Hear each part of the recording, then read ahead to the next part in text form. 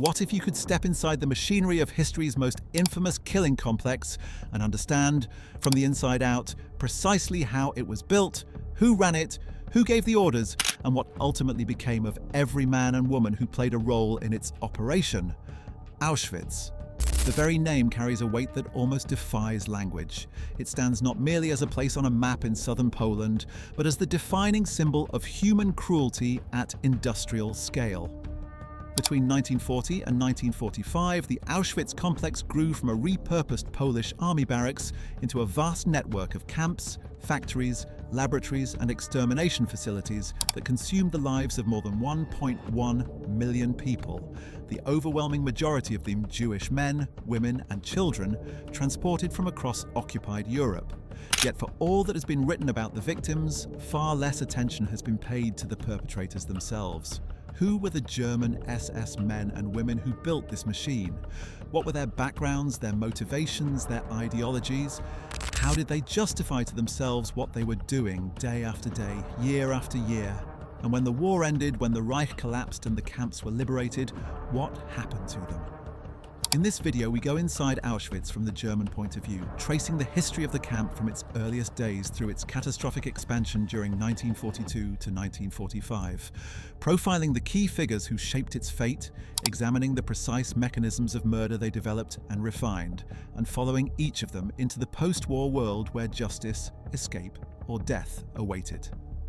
This is not a story that makes comfortable viewing, but it is one that history demands we understand. So without further ado, let us begin at the very beginning. To understand how Auschwitz became what it was between 1942 and 1945, it is essential to understand what it was before. In the spring of 1940, Heinrich Himmler, the Reichsführer SS and one of the most powerful men in the Third Reich, ordered the establishment of a concentration camp near the small Polish town of Oświęcim, which the Germans renamed Auschwitz. The location was chosen for practical reasons.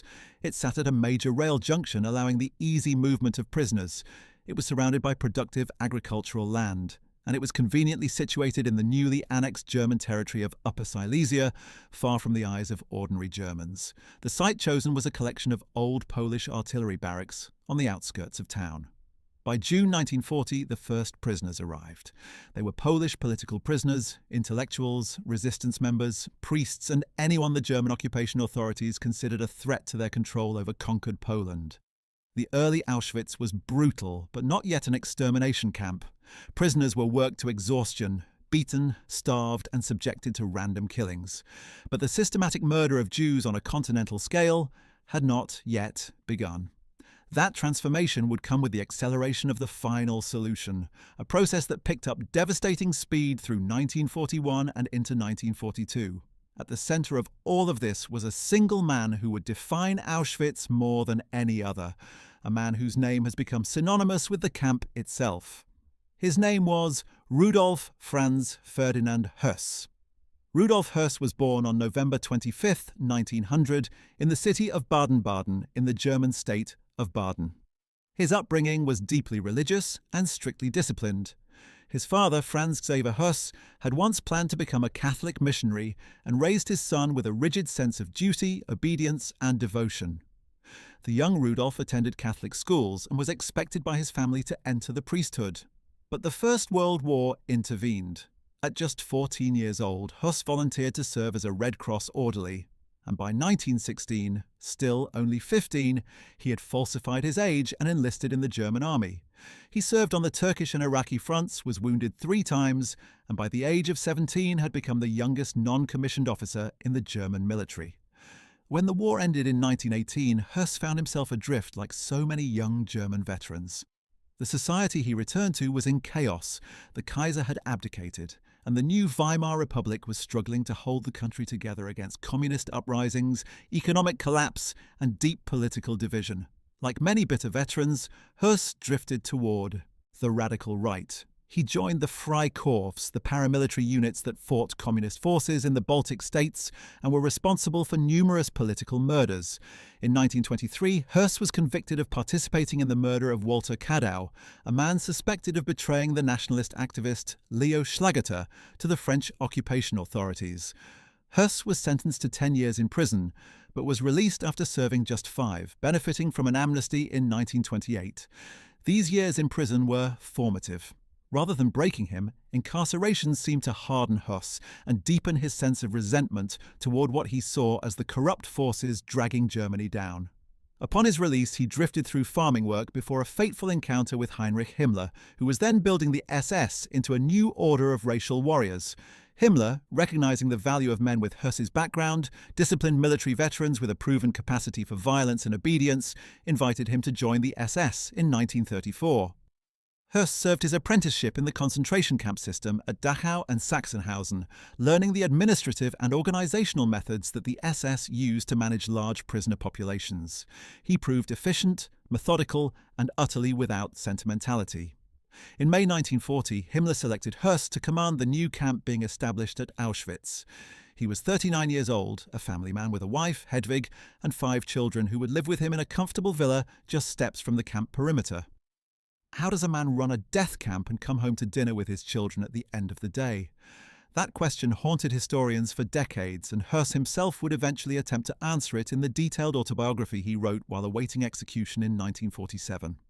In his memoirs, Höss described his early years at Auschwitz with a clinical detachment that many found more disturbing than outright remorse.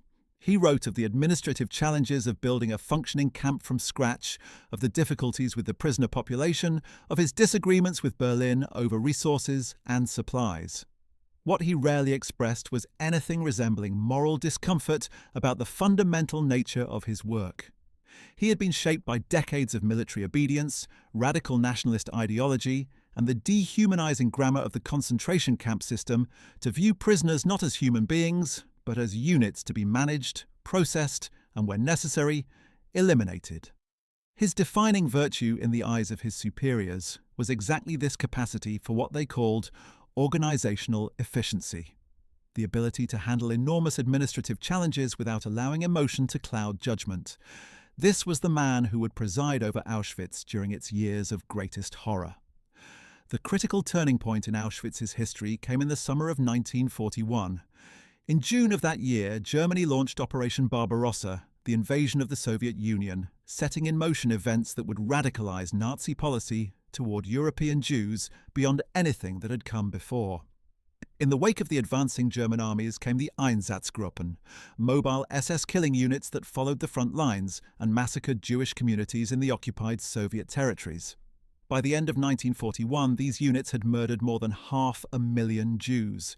But even this industrious slaughter was not satisfying to the architects of what the Nazis called the final solution, the comprehensive plan for the murder of all Jews in German-controlled Europe.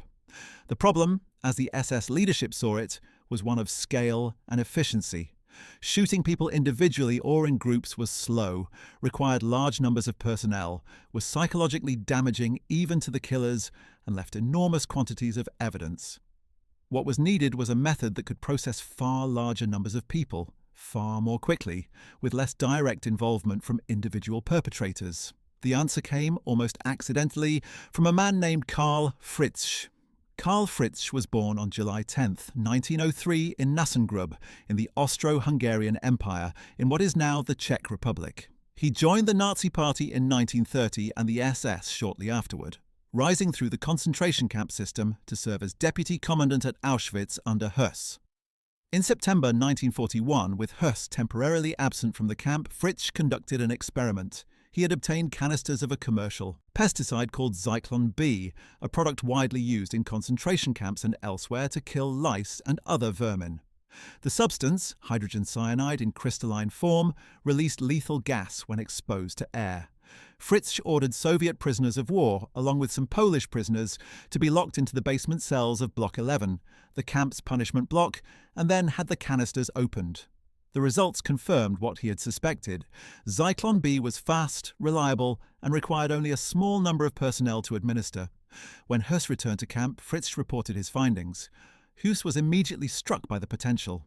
He later wrote that seeing the results of Fritzsch's experiment had filled him with relief, because he had been troubled by the prospect of mass shootings and had worried about the psychological burden on the SS men who would have to carry them out. Zyklon B, in Höss's dehumanized calculus, solved that problem. It created distance between the killer and the killed. The SS men dropping the canisters through roof openings into sealed chambers would not have to look their victims in the eye. In the months that followed, the infrastructure of murder at Auschwitz was systematically developed. In early 1942, following the Wannsee Conference of January 20th of that year, at which senior Nazi officials coordinated the logistical details of the final solution, the decision was made to transform Auschwitz into the primary extermination facility for Jews from across German-occupied Europe.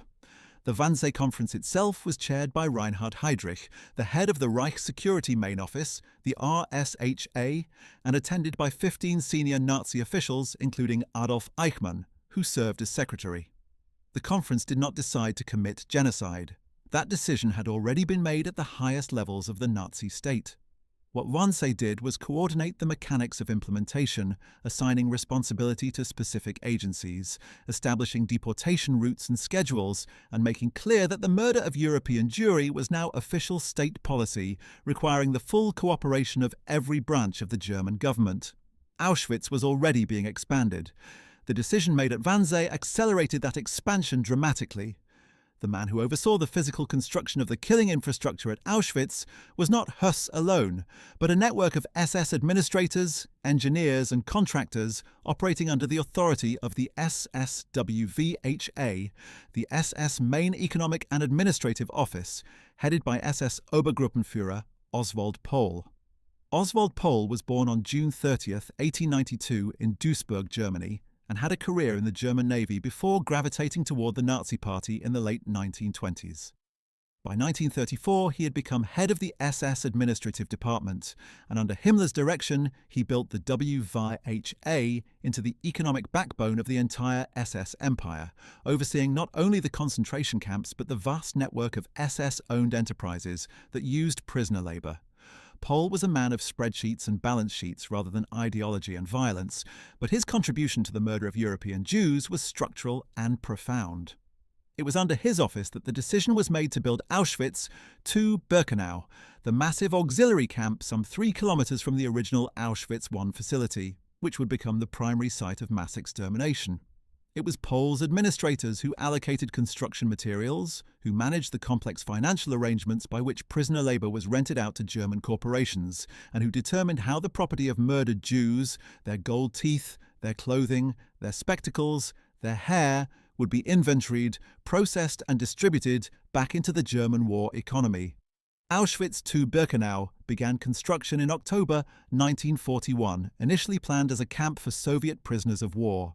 But the extraordinary death rate among Soviet POWs from starvation and disease during the winter of 1941 to 1942, and the shift in overall strategic priorities toward the extermination of European Jews, caused the camp's purpose to evolve rapidly. By the spring of 1942, the first transport of Jewish deportees arrived at Birkenau, and the selection process began on the platform. The selection ramp at Auschwitz-Birkenau is one of the most documented and studied locations in the history of the Holocaust. Here, SS doctors and officers would stand as trains, arrived and direct newly arrived prisoners into 2 groups. Those judged fit for labor, typically healthy adult men and women, would be marched into the camp, shaved, tattooed with identification numbers, and entered into the prisoner population. Those judged unfit, the elderly, the very young, mothers with children, the sick, and anyone who appeared weakened by the journey would be directed, often without knowing their fate, toward the crematoria. In Auschwitz's early operations, the gas chambers were improvised facilities, 2 peasant farmhouses on the outskirts of the Birkenau campsite that had been sealed and converted for use with Zyklon B. These were known within the camp as the Red House and the White House, or among the SS simply as Bunkers 1 and 2. But these improvised facilities were quickly overwhelmed by the volume of deportations beginning in 1942, and plans were already being drawn for something far larger and more permanent. The architects who designed the crematoria and gas chambers at Birkenau worked for a firm called Topf & Sons, based in Erfurt, Germany.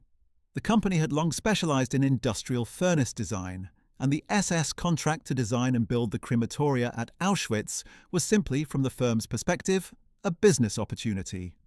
The lead engineer on the project was a man named Kurt Prüfer, whose detailed correspondence with SS officials about the technical specifications of the furnaces and ventilation systems survives in the historical record.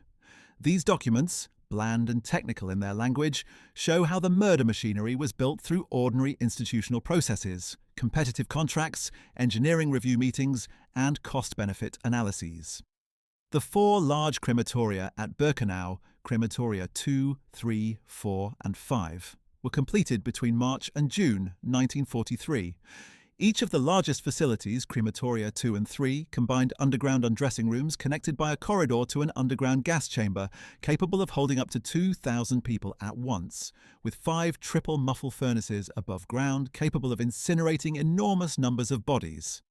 At maximum operational capacity, which was reached during the deportations of Hungarian Jews in 1944, the Auschwitz complex could murder and cremate more than 6,000 people in a single day. Who managed the daily operation of this machinery? This is where the story of Auschwitz demands that we look not at abstract systems but at specific human beings, men and women who made choices, who carried out orders and sometimes exceeded them, who knew precisely what they were doing and did it anyway. Among the most important of these figures, and perhaps the most famous, is a man who never held the rank of camp commandant, but whose name has become more notorious than any who did. His name was Józef Mengele, and he arrived at Auschwitz in May 1943. Józef Mengele was born on March 16, 1911, in Günzburg, Bavaria, the eldest son of Karl Mengele, a prosperous manufacturer of agricultural machinery. The Mengele family was wealthy, Catholic, and deeply conservative.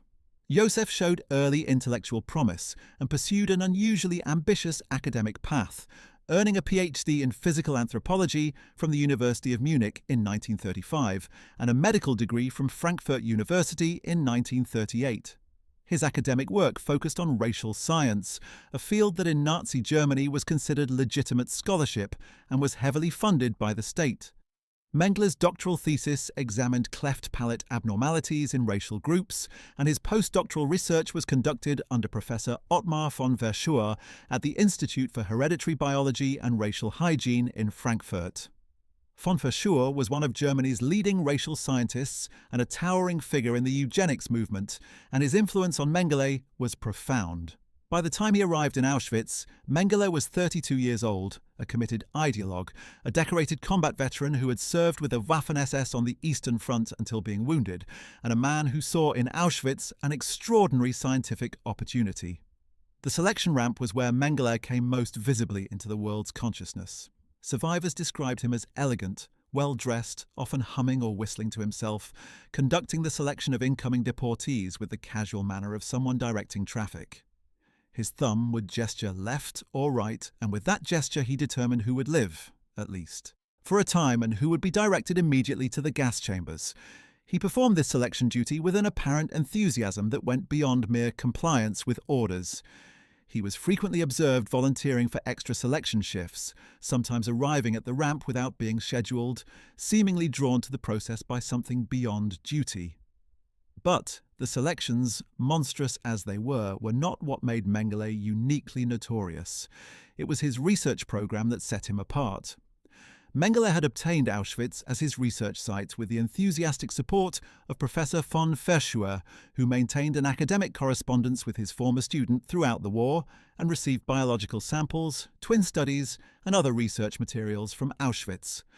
Mengele was particularly obsessed with twins, viewing them as natural experimental controls that could illuminate questions of heredity versus environment that had long interested racial scientists. He collected twins arriving on deportation transports, subjecting them to measurements, blood tests, injections, surgical procedures, and comparative autopsies. The children he used for many of his twin subjects were young children, sometimes recalled him decades later as a man who could be genuinely kind to them within the confines of the camp, bringing them candy and personally conducting medical examinations in a gentle manner before subjecting them to procedures that caused horrific suffering. This capacity to compartmentalize, to be simultaneously capable of warmth toward individuals and of conducting experiments that killed or maimed them was among the most psychologically disturbing aspects of Mengele's character, as documented by survivors and historians. Among the procedures he conducted were injection of dyes into eyes in an attempt to change eye color, transfusion of blood between twins of different blood types, deliberate infection with typhus or tuberculosis, surgical procedures without anesthesia, and attempts to create conjoined twins through surgical connection. The mortality rate among his research subjects was extraordinarily high. Those who survived the experiments were typically murdered at the conclusion of a study, their bodies sent to the pathology laboratory for autopsy.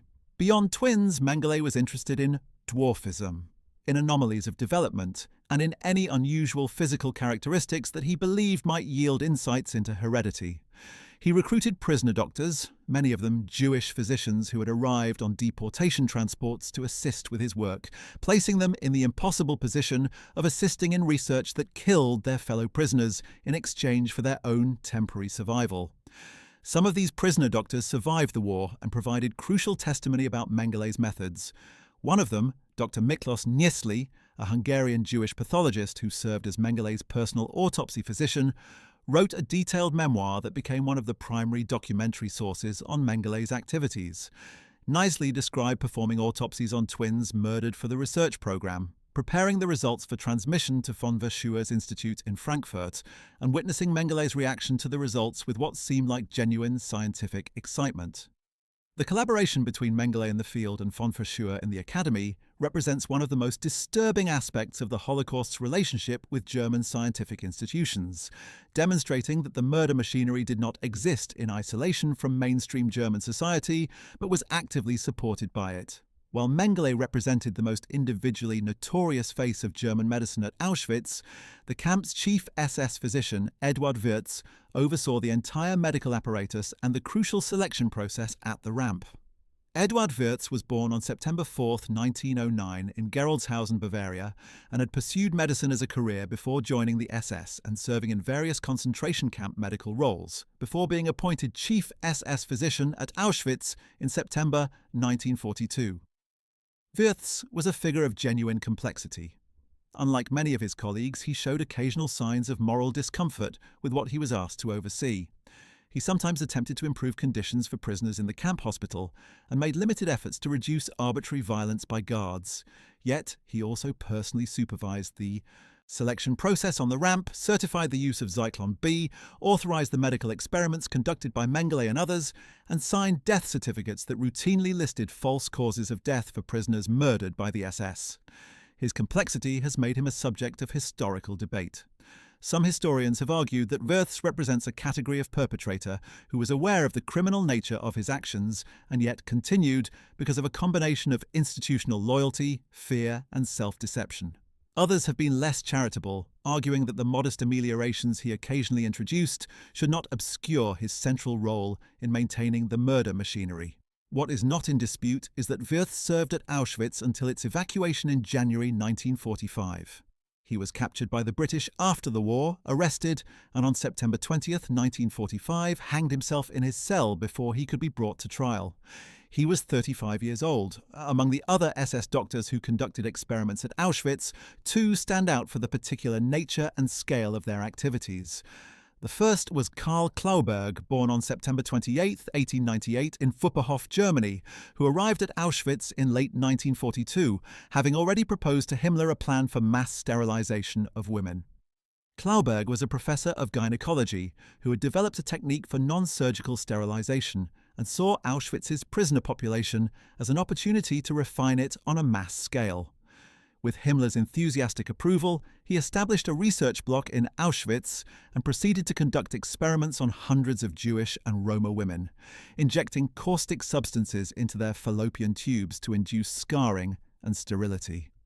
The procedures were excruciatingly painful, caused serious infections, and killed a number of women. Klauberg wrote enthusiastically to Himmler about the progress of his research, claiming that with a single physician and 10 assistants, he could sterilize hundreds or even thousands of women per day. He was captured by the Soviets in 1945, tried in the Soviet Union, convicted, and sentenced to 25 years in prison. He was released under the terms of a prisoner exchange in 1955 and returned to West Germany, where he had the audacity to publicly boast about his research achievements. The public outrage that followed led to his rearrest by West German authorities in 1955, but before he could be tried again, Klauberg died of a heart attack in August 1957. He never faced full justice for what he had done.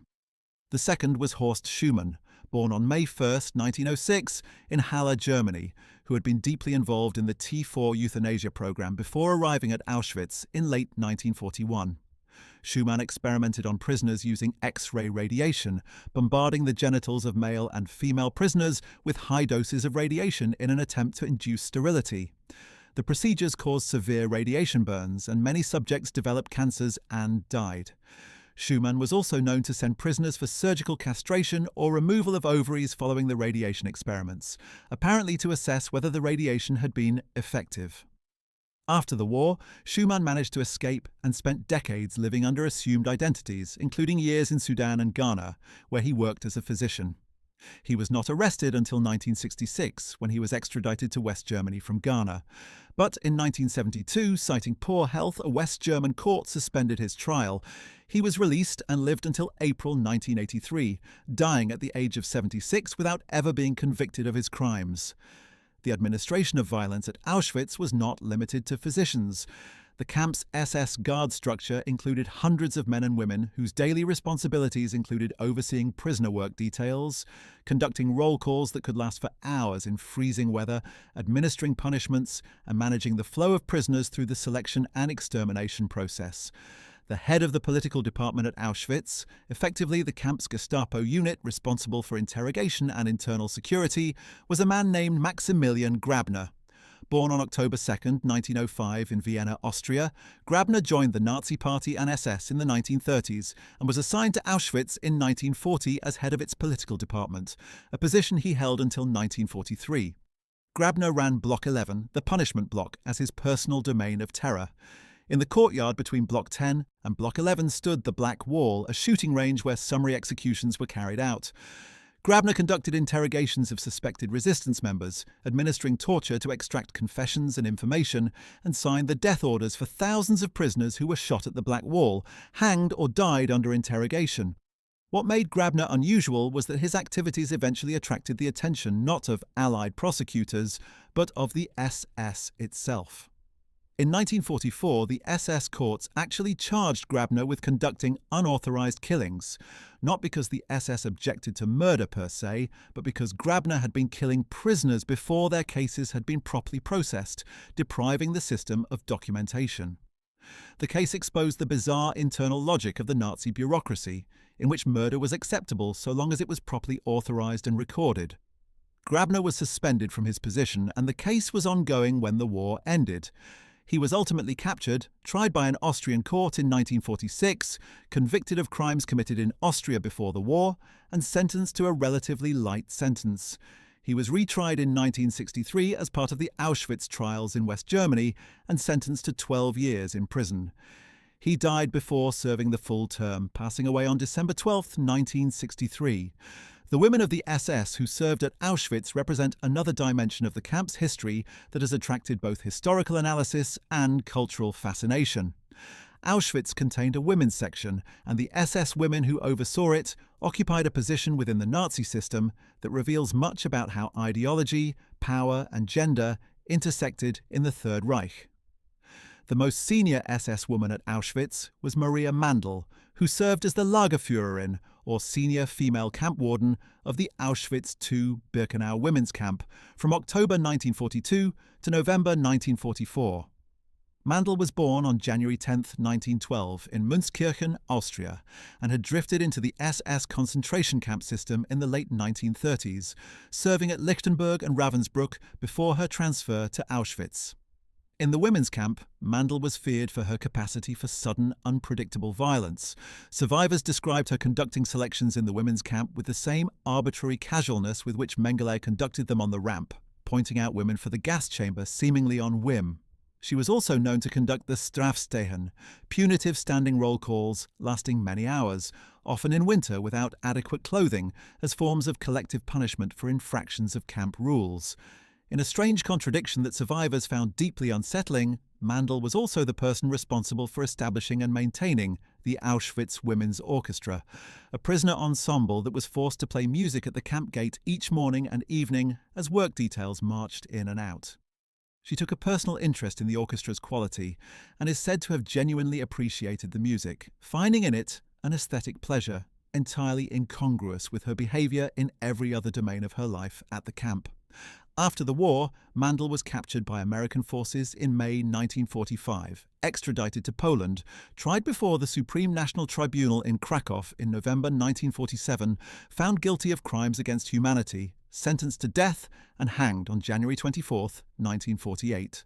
She was 35 years old. Her case represents one of the more straightforward examples of post-war justice delivered swiftly and fully to an Auschwitz perpetrator. The name Irma Gräser is perhaps the most infamous among the SS women who served at Auschwitz. Born on October 7, 1923 in Wrechen, Germany, Gräser was the daughter of a dairy farmer and had dropped out of school at 15 to seek employment. She applied to join the female SS auxiliary at 18, served briefly at Ravensbrück, and arrived at Auschwitz in March 1943. She was 19 years old. Over the following months and years, Gräser acquired a reputation for sadistic cruelty that made her feared throughout the women's camp. She was known to carry a whip and to use it freely, to keep large aggressive dogs that she would set on prisoners, and to conduct selections with a particularly violent enthusiasm. She was also unusually young and physically attractive by contemporary standards, a combination that generated a particular kind of fascinated horror in post-war accounts, many of which sensationalized her story in ways that later historians found distorting. The reality, stripped of sensationalism, is disturbing enough. Gräser was a young woman who in the space of a few years became an enthusiastic participant in mass murder, apparently without significant moral constraint. When asked at her trial why she had behaved as she did, she offered little in the way of explanation or justification. She was tried at the Belsen trial held by the British military at Lüneburg in September and October 1945, convicted, sentenced to death, and hanged at Hamelin Prison on December 13, 1945. She was 22 years old, the youngest woman to be executed under British jurisdiction in the 20th century. The administrative machinery that sent Jews to Auschwitz from across Europe was managed not from Auschwitz itself, but from the RSHA in Berlin, specifically from the office of Adolf Eichmann. Born on March 19, 1906, in Solingen, Germany, and raised in Austria, Eichmann had joined the SS in 1932. And risen through its intelligence apparatus to become the head of Section 4, B4 of the RSHA, the section responsible for Jewish affairs and deportations. Eichmann did not design the final solution, but he was the man who made it happen on the ground, coordinating with railway authorities, with foreign governments, with German occupation forces across Europe, and with the camp administrations that received the deportees. His office managed the logistics of transporting millions of people from dozens of countries across thousands of miles of European rail network to the killing centres in occupied Poland.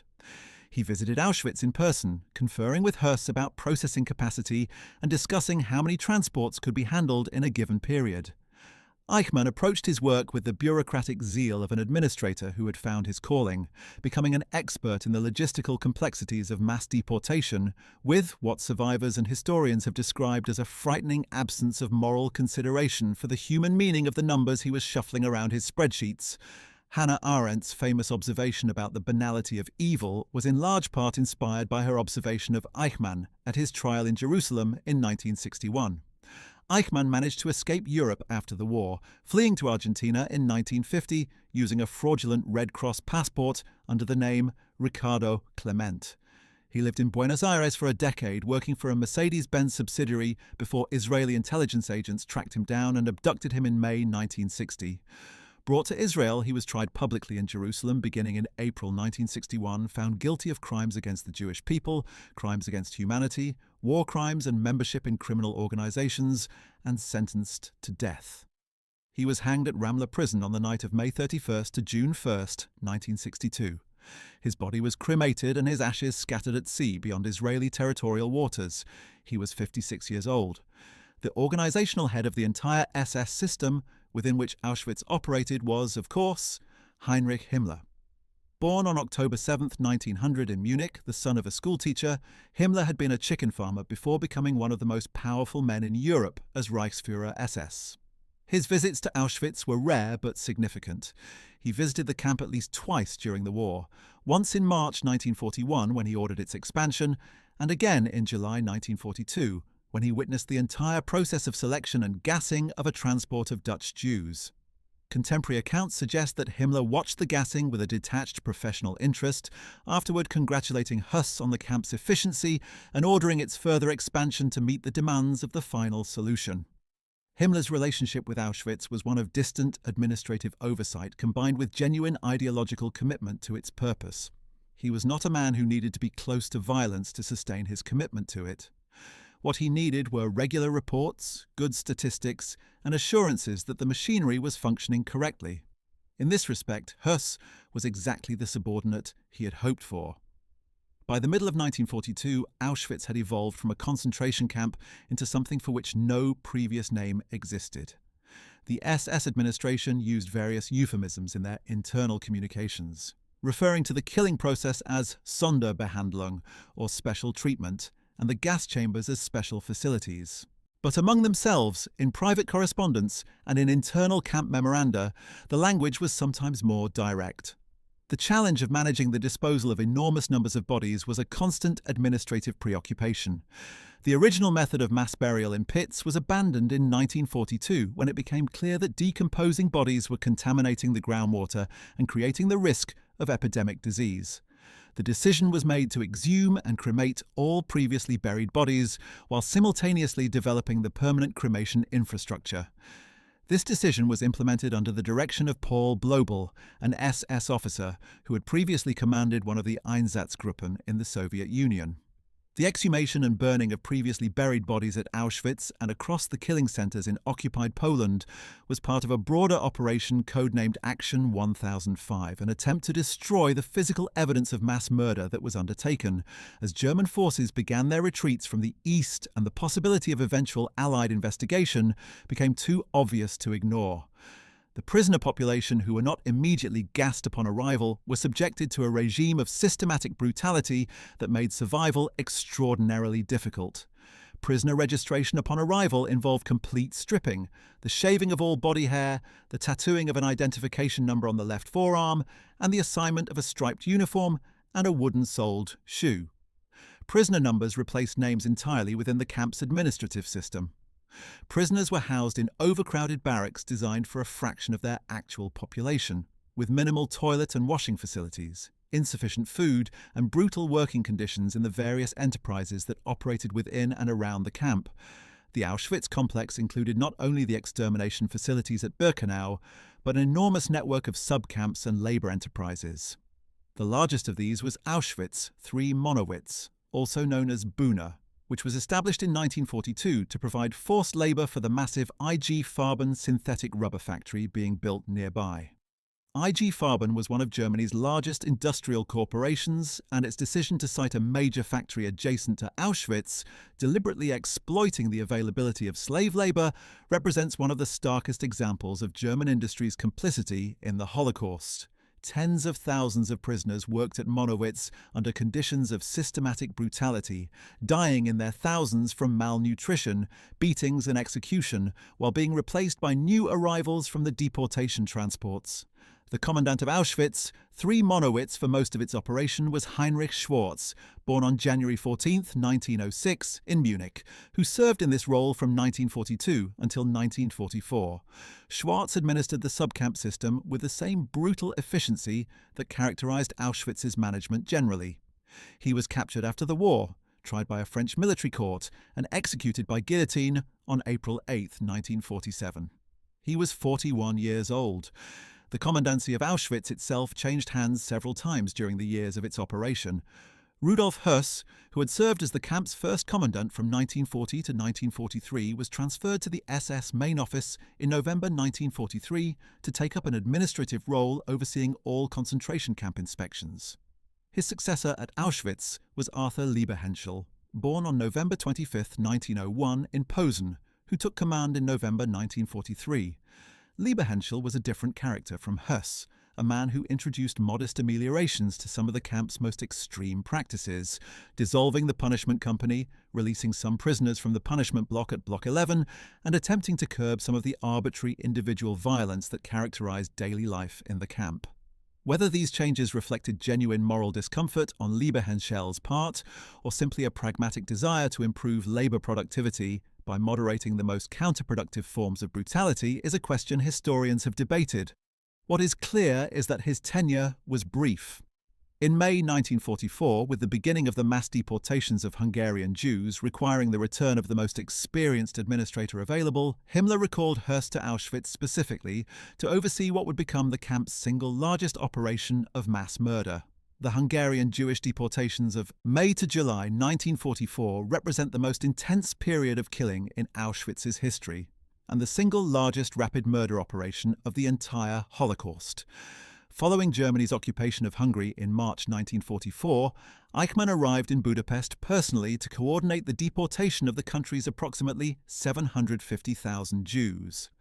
Working with extraordinary speed and efficiency, his office and the cooperative Hungarian government organized the concentration of Jews from across the country and their loading onto deportation trains. The transports began arriving at Auschwitz on May 15, 1944. At the height of the operation, 4 or 5 trains per day were arriving, each carrying between 3,000 and 4,000 people. The selection ramp at Auschwitz-Birkenau, which had previously been located inside the camp, was extended to allow trains to arrive directly at the platform, reducing the distance between the arriving deportees and the crematoria. Höss, back in command specifically for this purpose, oversaw the operation with the methodical competence that had made him Himmler's most trusted camp administrator. He later recalled that the crematoria were operating beyond their designed capacity, that the bodies were being burned in open pits because the furnaces could not keep up, and that the smoke from the burning could be seen for miles around. By the time the Hungarian deportations were halted in early July 1944, approximately 437,000 Hungarian Jews had been transported to Auschwitz. The overwhelming majority were murdered within hours of arrival. It was the single greatest act of mass murder in the shortest period of time in the history of the Holocaust. Who were the men physically responsible for operating the gas chambers and crematoria? This is perhaps the most psychologically complex and historically debated aspect of Auschwitz's operation, because the primary workforce of the crematoria was not SS men, but prisoner workers known as the Sonderkommando. The Sonderkommando were prisoners, almost entirely Jewish men, who were forced to work in the crematoria under direct SS supervision, guiding the arrivals into the undressing rooms, collecting and sorting clothing and valuables, removing bodies from the gas chambers, extracting gold teeth, and operating the furnaces. The SS maintained the Sonderkommando as a secret within the camp, keeping them housed separately from the general prisoner population and periodically liquidating entire cohorts to prevent the spread of knowledge about the extermination process, replacing them with newly arrived deportees. The Sonderkommando occupied a position of moral and psychological horror that is almost impossible to adequately describe. They knew exactly what was happening, they were forced to participate in it, and they knew that their own lives were preserved only so long as they remained useful. Their survival came at the cost of participating in the murder of their own people. Survivors and historians have been unanimous in refusing to assign moral blame to the Sonderkommando, whose choices were made under conditions of compulsion and terror that removed any meaningful possibility of resistance without immediate death. But resistance did eventually come. On October 7, 1944, the Sonderkommando at Auschwitz-Birkenau staged an uprising that stands as one of the most remarkable acts of collective resistance in the history of the Holocaust. The men of Crematorium 4 had learned that they were scheduled for liquidation and had managed to obtain a small quantity of gunpowder, smuggled into the camp by Jewish women working in an ammunition factory. Using the gunpowder, improvised grenades made from tin cans, and whatever tools and weapons they could gather, the Sonderkommando of Crematorium 4 detonated an explosion and set fire to the building before making a desperate attempt to break through the camp's perimeter wire. The uprising spread briefly to Crematoria 2 and 3, where other Sonderkommando members attacked guards with axes, hammers, and their bare hands. The German response was swift and overwhelming. Hundreds of SS men were deployed to suppress the revolt. The vast majority of the participating Sonderkommando were killed in the fighting or captured and immediately executed. Crematorium 4 was so badly damaged that it was never returned to full operation. The 4 Jewish women who had smuggled the gunpowder into the camp, Rosa Robota, Alla Gertner, Regina Saferstein, and Estera Weichsblum, were identified, arrested, tortured for information about the broader conspiracy, and publicly hanged in the Auschwitz women's camp on January 6, 1945. They all refused to provide information under torture. Their execution was among the last major acts of repression carried out at Auschwitz before the camp's evacuation. The Sonderkommando revolt was not the only act of resistance at Auschwitz, but it was the most dramatic. Throughout the camp's history, prisoners had engaged in various forms of resistance, ranging from the preservation of documentation, records and testimony hidden within the camp, to organized underground networks, escapes, and occasional acts of sabotage. The most significant escape from Auschwitz occurred on April 7, 1944, when two young Slovak Jewish prisoners, Rudolf Weber and Alfred Wetzler, managed to conceal themselves within a pile of wood stored near the camp perimeter, evading SS search dogs by surrounding their hiding place with tobacco soaked in petrol, and then slipped through the outer perimeter after the search had been called off. They walked approximately 80 miles to the Slovak border over 11 days, were sheltered by sympathetic civilians, and eventually reached the Slovak Jewish Council. There they dictated a detailed report, later known as the Weber-Wetzler Report, which was the first comprehensive, accurate eyewitness account of the extermination process at Auschwitz to reach the Western Allies. The report described the layout of the crematoria, the selection process, the use of Zyklon B, and the scale of the killings with a precision and detail that left no room for doubt or misunderstanding. Despite this, the report did not result in Allied bombing of the rail lines leading to Auschwitz or of the crematoria themselves, a failure of decision-making that remains one of the most debated controversies of the Second World War. The SS administrative structure at Auschwitz also included figures whose post-war fates diverged dramatically from the pattern of trial and execution. Perhaps the most remarkable case is that of Dr. Hans Münch, an SS physician who arrived at Auschwitz in 1943 and worked in the camp's bacteriology laboratory. Unlike Mengele and his colleagues, Münch refused to participate in selections on the ramp and avoided involvement in the murder machinery as much as his position allowed. He was tried by a Polish court in Krakow in 1947, alongside Höss, but was acquitted on the basis of testimony from dozens of prisoners who confirmed that he had actively helped them survive and had refused to participate in selections.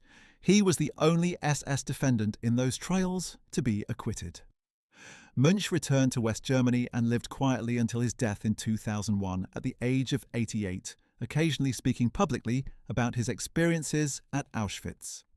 His case has been cited by historians as evidence that SS men at Auschwitz did have the ability to refuse participation in the murder process without facing execution, though doing so required considerable courage and came at significant professional cost. The broader question of what individual SS men at Auschwitz knew, chose, and could have chosen differently has been examined extensively by historians of the Holocaust. The pioneering work of scholars such as Christopher Browning, whose study of Reserve Police Battalion 101 documented how ordinary middle-aged German policemen became mass murderers, and more recently, the work of historians examining the specific social and institutional dynamics within the SS concentration camp system, has consistently found that while orders and institutional pressure created powerful incentives for compliance, they did not eliminate individual agency. Men like Hans Münch demonstrate that it was possible, at considerable personal risk and cost, to limit one's participation in the murder process. The overwhelming majority chose not to exercise that option. The reasons are complex and have been debated endlessly, but they include genuine ideological commitment to Nazi racial theories, the social pressure of institutional conformity, career ambition, fear of the consequences of refusal, and the gradual moral desensitization that came from progressive involvement in increasingly extreme acts. Among the key administrative figures at Auschwitz during its later period of operation was Richard Baer, who replaced Lieber Henschel as commandant in May 1944, serving in that role until the camp's evacuation. Born on September 9, 1911, in Flotzbuch, Bavaria, Baer was a baker by trade who had joined the SS in the early 1930s and worked his way through the concentration camp system, serving at Neuengamme and Dachau before his appointment to Auschwitz. Baer administered the camp during the Hungarian deportations and the final months of operation, managing the increasingly desperate situation as Soviet forces advanced toward Auschwitz from the east during the second half of 1944. After the war, Bear managed to evade capture for 15 years, living under a false name and working as a forest laborer in West Germany. He was finally arrested in December 1960 and brought to Frankfurt to face trial as part of the Auschwitz proceedings. However, Bear died in custody on June 17, 1963, before the trial could begin. The cause of death was listed as heart failure, though some have suspected other causes. He was 51 years old and had been the last commandant of Auschwitz. The question of what the broader German military and civilian establishment knew about Auschwitz and the extermination process is one that historians have examined in great detail. The evidence suggests very strongly that knowledge of the mass murder of Jews, while varying in its detail and specificity, was extraordinarily widespread within German society. The deportation trains required the cooperation of the German railway system, the Reichsbahn, whose schedules and operations were transparent to thousands of employees. The return of Jewish property, clothing and valuables from Auschwitz to Germany required the involvement of sorting facilities, storage facilities and distribution channels visible to many thousands more. Letters from SS personnel at Auschwitz and other killing centres were censored but not entirely controlled, and the boasting of returning soldiers and SS men about what they had witnessed or participated in was documented extensively in reports prepared by the security service, the SD, monitoring public opinion within Germany. The Weber-Wetzler report reached the Western Allies and the Vatican in 1944. BBC broadcasts about the extermination centres were received in Germany despite the prohibition on listening to foreign radio. By 1944, it required an extraordinary act of willful self-deception for an educated, attentive German adult to remain entirely ignorant of the broad outlines of what was happening to the Jews of Europe. One of the figures who represented the SS leadership's relationship with Auschwitz at the organizational level was Hans Kammler, an SS engineer who supervised the construction of the crematoria at Birkenau and later oversaw the SS construction empire more broadly. Born on August 26, 1901, in Stettin, Kammler had trained as a civil engineer and joined the SS in 1933, rising to the rank of SS Obergruppenführer by the war's end. In addition to his role in overseeing Auschwitz's construction, Kammler later took control of the V-2 rocket program. His fate after the war is one of the genuine mysteries of the post-war period. He simply disappeared in the final days of the war, and despite extensive searches by Allied intelligence services, his ultimate fate has never been definitively established. Some historians believe he was killed in the final days of fighting in Czechoslovakia. Others have suggested he was captured by Allied intelligence and his fate concealed in exchange for information about German rocket technology. No body was ever conclusively identified, and no reliable witnesses to his death ever emerged. Kammler remains one of the most enigmatic figures in the history of the SS. By the autumn of 1944, as Soviet forces advanced steadily westward through Poland, it became apparent to even the most dedicated members of the Auschwitz administration that the camp's days were numbered. The evacuations and destruction of evidence began with some urgency. Documents were burned, some of the crematoria were partially dismantled, and plans were made for the marching of prisoners westward into the Reich interior. Himmler ordered the cessation of gassing operations in November 1944, a decision driven partly by the practical reality that the German war effort had no further need for the industrial murder of Jews, the supply of potential deportees having been largely exhausted, and partly by a calculation that the abandonment of the extermination program might have diplomatic value in possible negotiations with the Western Allies. This was a delusional calculation, but it reflected the increasingly desperate strategic thinking of the Nazi leadership in the war's final months. The Sonderkommando revolt of October 1944 accelerated the timeline for dismantling Crematorium 4, and the decision was made to progressively disable the remaining crematoria. Crematoria 2 and 3 at Birkenau were dynamited by the SS on January 20, 1945, just days before the Soviet arrival. Crematoria 4 had been rendered inoperable by the revolt in October. Crematorium 5 was demolished in late January 1945. The SS also burned the warehouses in the Canada section of the camp where the property of murdered Jews was sorted and stored.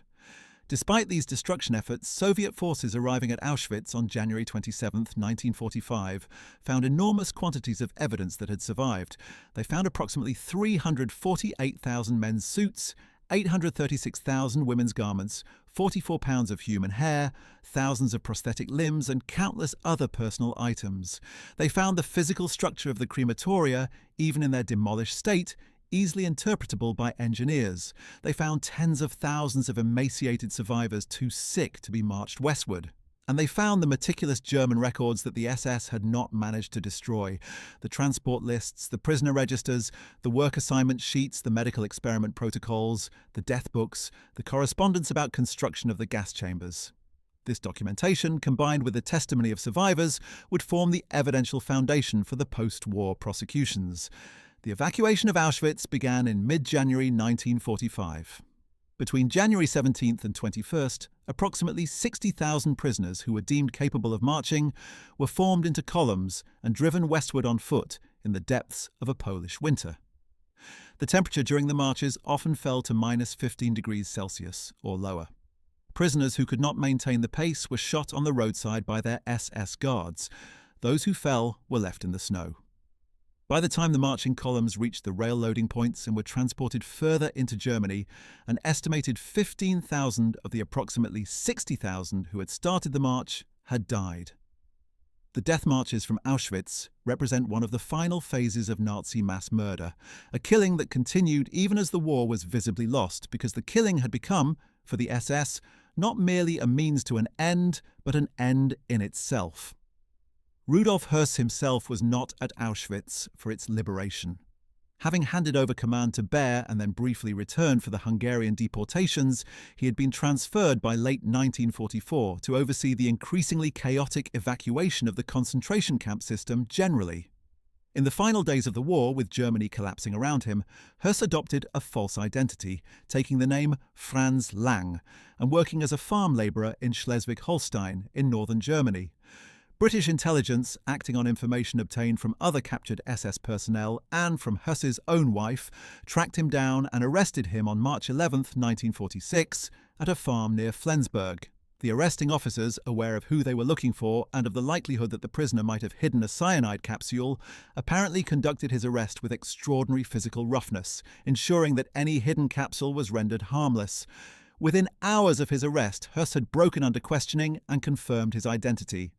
He was transferred to Nuremberg, where he appeared as a witness for the defense of Kaltenbrunner, the head of the RSHA, in an extraordinary session that caused shock in the courtroom when Höss confirmed with flat factual precision the mass murder operations he had overseen.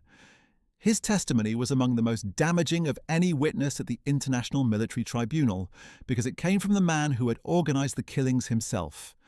Ernst Kaltenbrunner, the head of the RSHA, who bore organizational responsibility for the SS apparatus that operated Auschwitz, was born on October 4, 1903 in Riedem-Innkreis, Austria. A lawyer by training, Kaltenbrunner had been an early and committed Austrian Nazi who had played a key role in the political processes leading to Austria's annexation by Germany in 1938. After Heydrich's assassination in Prague in June 1942, Kaltenbrunner took over as head of the RSHA, overseeing the entire Nazi security and intelligence apparatus, including the department responsible for the deportation of Jews. At Nuremberg, Kaltenbrunner maintained his innocence with more vigour than most defendants, denying knowledge of the extermination centres and attempting to portray himself as a security and intelligence official who had no direct involvement in the final solution. The evidence against him was overwhelming and included not only Höss's testimony, but extensive documentation of his involvement in deportation orders and his visits to concentration camps.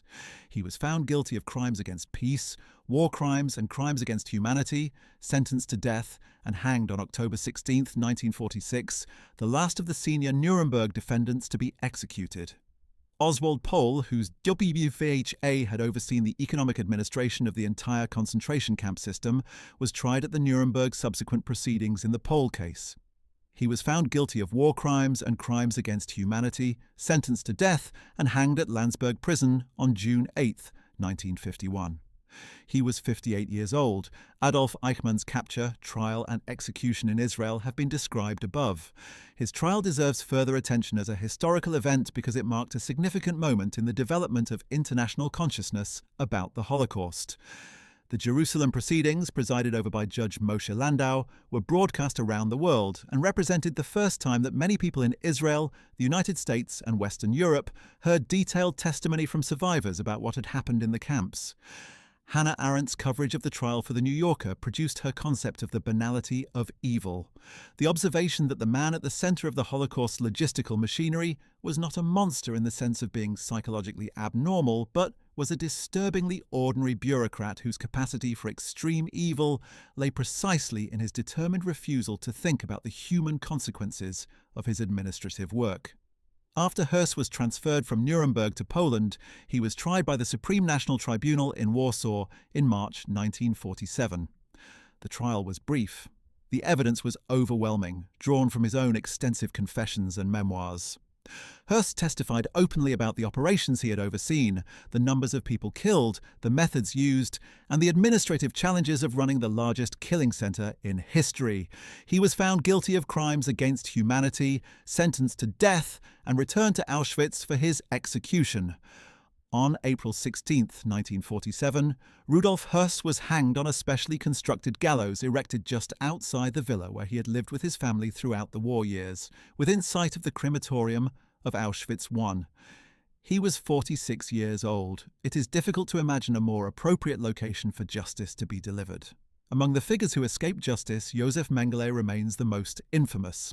His escape from Europe followed a path used by many former SS men, assisted by the organization known as Odessa, the Organisation der ehemaligen SS-Angehörigen, which provided documentation, financial assistance, and escape routes to former SS members. Mengele obtained a Red Cross passport under the name Helmut Gregor and sailed to Argentina from Genoa in 1949. He lived openly in Buenos Aires for several years, even briefly returning to Europe in 1956 and visiting his family in Germany without being arrested, a fact that speaks to the failures of the West German judicial system in pursuing Nazi criminals during that period. After Eichmann's capture in Argentina in 1960, Mengele became aware that Israeli intelligence was actively pursuing former SS officials in South America and moved first to Paraguay, then to Brazil, where he lived under the name Wolfgang Gerhard. He spent decades in hiding, supported financially by his family's business in Germany, moving between safe houses in the São Paulo countryside. He was never captured. On February 7, 1979, Mengele suffered a stroke while swimming at a beach near the town of Bertioga in Brazil and drowned. He was 67 years old. He had evaded justice for 34 years. His identity was confirmed in 1985 when Brazilian authorities exhumed his body and forensic analysis confirmed it was Mengele. His family confirmed the identification. The man who had sent hundreds of thousands of people to their deaths died in the sea, having enjoyed a natural lifespan that was denied to every one of his victims. The Auschwitz trials held in Frankfurt between 1963 and 1965, formerly known as the Second Auschwitz Trial, brought 22 former SS personnel before a West German court. Among those tried were former camp guards, administrative personnel, and medical staff. The trials were notable for several reasons. First, they came nearly 2 decades after the events they addressed, during which time many of the accused had rebuilt their lives as ordinary West German citizens, many marrying, raising families, and working in respectable professions. Second, under West German criminal law, the prosecution was required to prove individual acts of killing or complicity in individual deaths, rather than simply membership in the camp's administrative structure, which made convictions more difficult than at the earlier Nuremberg proceedings.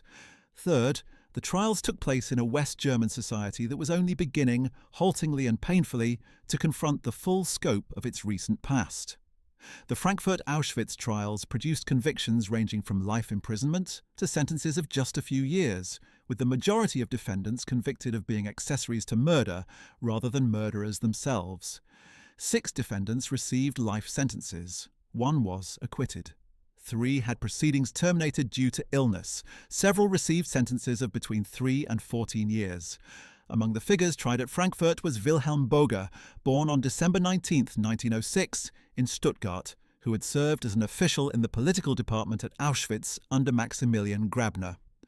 Boger was responsible for one of the most notorious instruments of torture used at Auschwitz, a device of his own invention known as the Böger swing, which involved suspending prisoners upside down from a bar and beating the soles of their feet and their buttocks with metal rods during interrogation.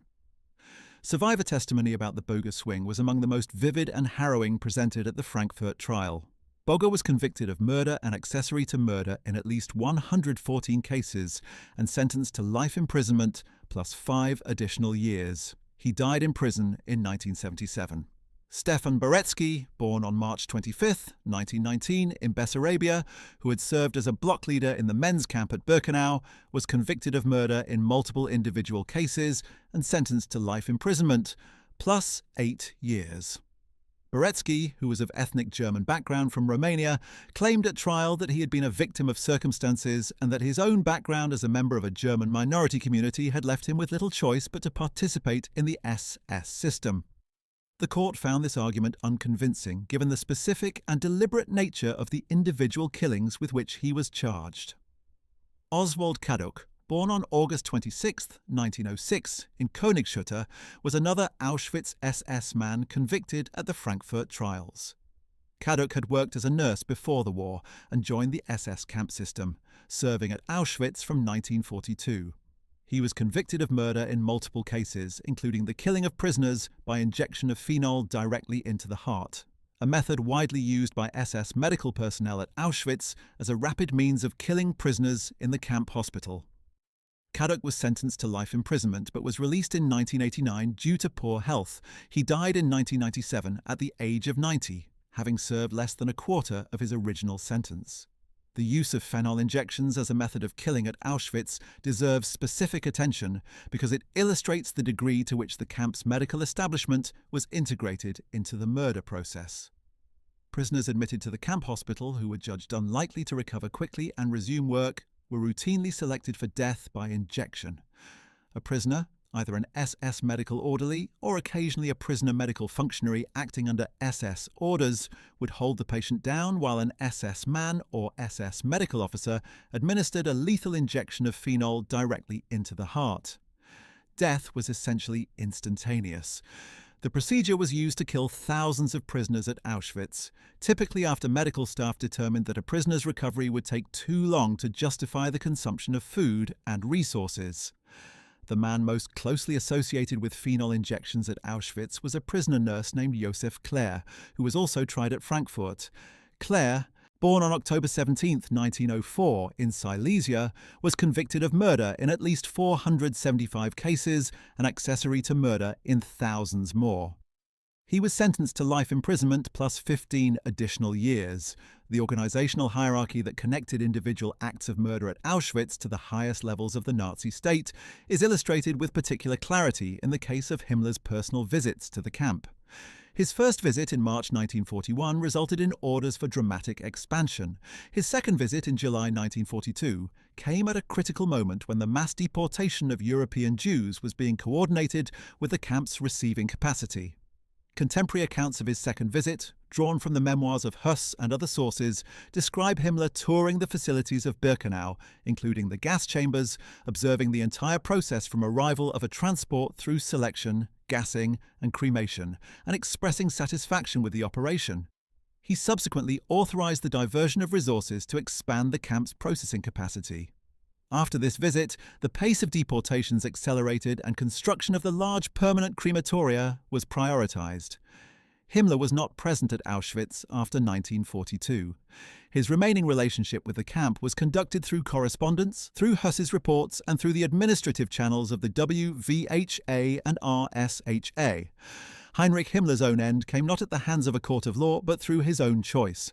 In the final days of the war, as the Nazi state collapsed around him, Himmler made a series of increasingly desperate and delusional diplomatic maneuvers, including unauthorized attempts to negotiate a separate peace with the Western Allies through a Swedish intermediary, which Hitler learned of and which effectively ended Himmler's status within the Nazi leadership.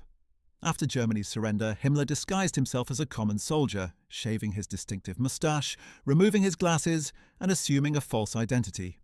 He was captured by British forces on May 21, 1945, at a checkpoint near Bremerwörde. Before he could be thoroughly searched, he bit down on a cyanide capsule concealed in his mouth and died within 15 minutes at the age of 44. He had never faced trial or been required to account for the machinery of murder that he had constructed, supervised, and celebrated. The contrast between Himmler's death and the various fates of his subordinates reveals much about how post-war justice operated in practice. The highest-ranking architects of the final solution who appeared before Allied courts received, in most cases, appropriate sentences. Kaltenbrunner was hanged. Pohl was hanged. Höss was hanged at the site of his crimes. Eichmann was hanged in Israel, but the vast majority of the thousands of SS personnel who had served at Auschwitz were never prosecuted. Some escaped to South America or the Middle East. Many lived quietly in West Germany, in some cases retaining their wartime pensions or working in professions where their past would have been deeply relevant had it been known. The West German judicial system's record in prosecuting former SS personnel was, for the first decade and a half after the war, extremely poor. The statute of limitations, institutional reluctance, the evidentiary challenges posed by West German criminal law, and the political complications of prosecuting citizens who had reintegrated into civilian life all combined to produce an outcome in which the great majority of perpetrators lived and died free. The establishment of the Central Office for the Investigation of National Socialist Crimes in Ludwigsburg in 1958 represented the first serious systematic attempt by the West German state to identify and prosecute perpetrators at scale. The Frankfurt Auschwitz trials of 1963 to 1965 were the most prominent product of this effort, but even after Ludwigsburg, the pace of prosecution remained slow and the outcomes frequently disappointing. Defendants died before trial. Courts accepted health-based applications for postponement. Juries and judges found themselves confronted with elderly men who bore little obvious resemblance to the SS officers described in witness testimony. The emotional and psychological distance of decades, combined with the genuine passage of time, made conviction difficult even when evidence was overwhelming.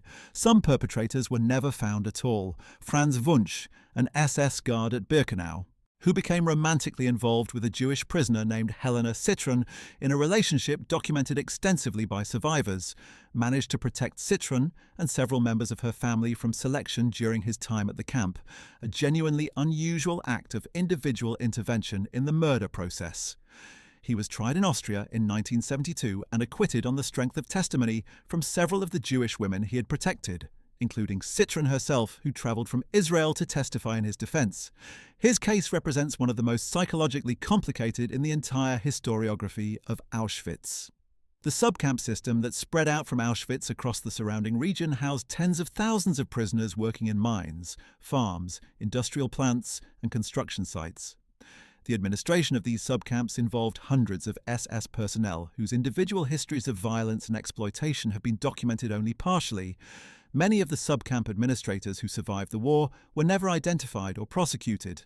The sheer scale of the Auschwitz complex, the fact that it was not one camp but a network of dozens of facilities, meant that the post-war accounting was always necessarily incomplete. Among the enterprises that used Auschwitz prisoner labour, the case of IG Farben has attracted the most sustained historical attention. The corporation, which produced among many other products the Zyklon B used in the gas chambers, was tried at Nuremberg in the IG Farben case, one of the subsequent proceedings. 24 IG Farben executives were tried on charges related to the use of slave labour from Auschwitz and the general furtherance of Nazi war aims. 13 were convicted and sentenced to terms ranging from 18 months to 8 years. Most served only a fraction of their sentences before being released in the early 1950s. Several subsequently returned to executive positions within the German chemical industry. This outcome, widely seen as inadequate given the scale of IG Farben's involvement in the Holocaust, contributed to the broader critique of post-war justice as having failed to hold German industry appropriately accountable for its role in enabling and profiting from the murder machinery. The Topf & Sons engineers who designed the crematoria, including Kurt Prüfer and his colleagues Ludwig Topf and Friedrich Prüfer, were either captured by Soviet forces, in which case some received lengthy prison sentences, or remained in the Western zones where they faced minimal legal consequences. The company itself dissolved in the early 1950s. The physical building in Erfurt where the company had been based was eventually converted into a documentation centre on the history of the crematoria's design and construction, opening to the public in 2011, a form of belated institutional accountability. The last major execution of an Auschwitz perpetrator under formal Allied authority came with the hanging of Rudolf Höss in 1947. Subsequent German prosecutions produced life sentences for some individuals, but no further executions. West Germany having abolished the death penalty in its basic law of 1949. Israel's execution of Eichmann in 1962 was the last execution of a Holocaust perpetrator carried out anywhere in the world. Many who deserved to die for their crimes instead lived to old age in comfortable obscurity, a fact that continues to resonate with historians, survivors, and their descendants. The liberation of Auschwitz by troops of the Soviet First Ukrainian Front on January 27, 1945, was a moment of extraordinary historical significance. The soldiers who entered the camp found a reality that exceeded even the most extreme reports they had received. They found warehouses full of human hair, shoes, and personal effects. They found the barely living survivors, skeletal figures in striped uniforms who had been too ill to be marched westward. They found the crematoria in partial ruins. They found the documentation. And they began, alongside the survivors themselves, the process of recording and understanding what had happened there. January 27th is now commemorated internationally as Holocaust Remembrance Day, a date chosen not arbitrarily, but because it marks the moment when the physical evidence of what Auschwitz had been was first placed before the eyes of the world. The historical memory of Auschwitz has evolved considerably in the 8 decades since liberation. The site itself has been preserved as a museum and memorial since 1947, receiving millions of visitors annually.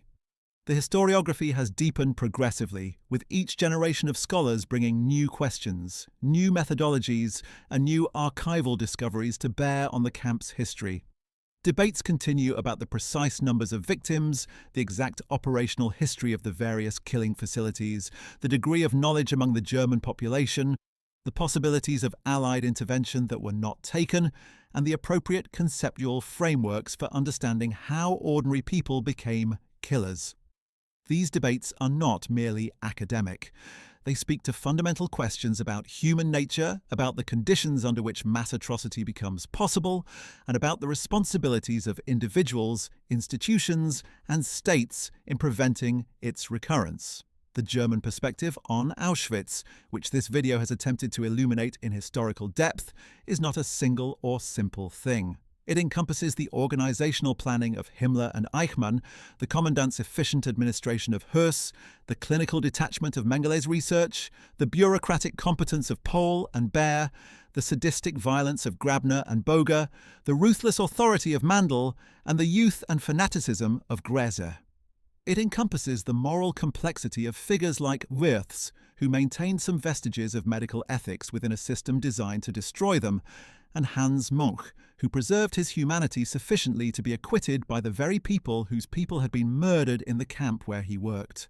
And it encompasses the post-war trajectories of all these individuals, some of whom faced justice, some of whom escaped it, and some of whom died before it could reach them. Understanding the German perspective on Auschwitz means understanding not exotic monsters but ordinary human beings who were shaped by a specific ideology, a specific institutional context, and a specific set of social pressures into becoming the architects and executors of the largest single act of deliberate mass murder in recorded history.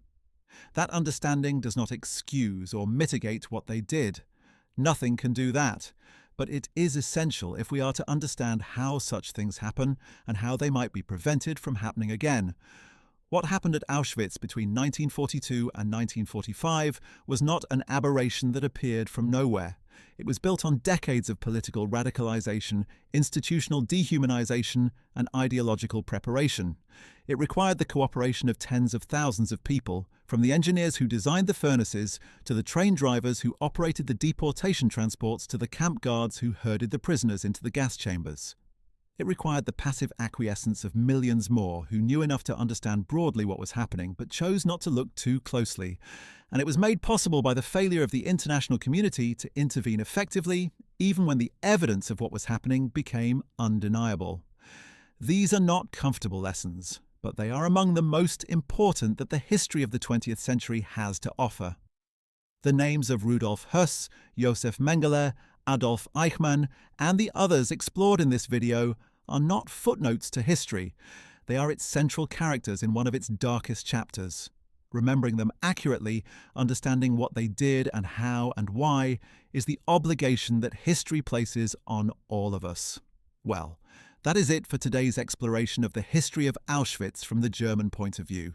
We hope this video has given you a deeper understanding of one of history's most documented and most important chapters. If you found this video informative, make sure to check out our other deep dive videos on the history of the Second World War and the individuals who shaped it. Don't forget to like this video, subscribe to our channel, and hit the notification bell so you never miss our latest content. Thank you for watching, and we'll see you in the next one. But before we conclude, there are more stories from within the machinery of Auschwitz that demand our attention, more figures whose roles shaped the camp's history, and more dimensions of the German perspective that illuminate how Auschwitz functioned as a total institution, a world unto itself where normal moral frameworks were systematically inverted and replaced with the logic of the final solution. We owe it to the historical record to go deeper, to examine more completely the full range of human beings who contributed to this system and what ultimately became of them. So let us continue.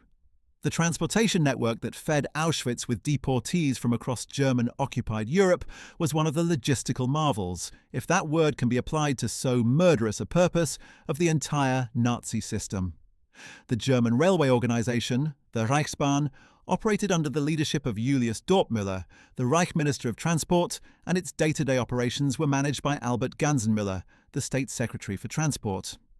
It was Ganzenmüller whose office coordinated the scheduling of the deportation trains, the so-called DA trains, which were given priority routing across the entire European rail network to ensure that transports reached the killing centres with minimum delay. A famous letter written by Ganzenmüller to Himmler's adjutant Karl Wolff in July 1942 reported proudly that since July 22nd of that year, a train carrying 5,000 Jews was departing daily from Warsaw to Treblinka, and that similar arrangements were in place for Auschwitz. Wolff replied in equally cheerful terms, expressing delight at the news and stating that the receipt of these tidings gives me special joy. This exchange of bureaucratic pleasantries about the logistics of mass murder captures in miniature the administrative culture of the final solution. Ganzenmüller was tried in West Germany, but the proceedings were repeatedly delayed due to his poor health. He died in 1996 at the age of 89 without having been convicted. Karl Wolff, whose enthusiastic reply had been preserved in the documentary record, was tried in Munich in 1964 and sentenced to 15 years imprisonment for his role in organizing the deportations. He was released in 1969 after serving 5 years and died in 1984 at the age of 84. These outcomes, where men who had enthusiastically facilitated the murder of hundreds of thousands of people lived into comfortable old age and received sentences measured in years rather than in proportion to their crimes, illustrate the systematic inadequacy of the post-war legal response to the full scope of perpetration. The deportations from individual European countries each had their own administrative history and involved different levels of cooperation from national governments and authorities. The deportation of French Jews began in 1942 and involved the active cooperation of the Vichy French government, which provided its own police force to round up and concentrate Jews for deportation.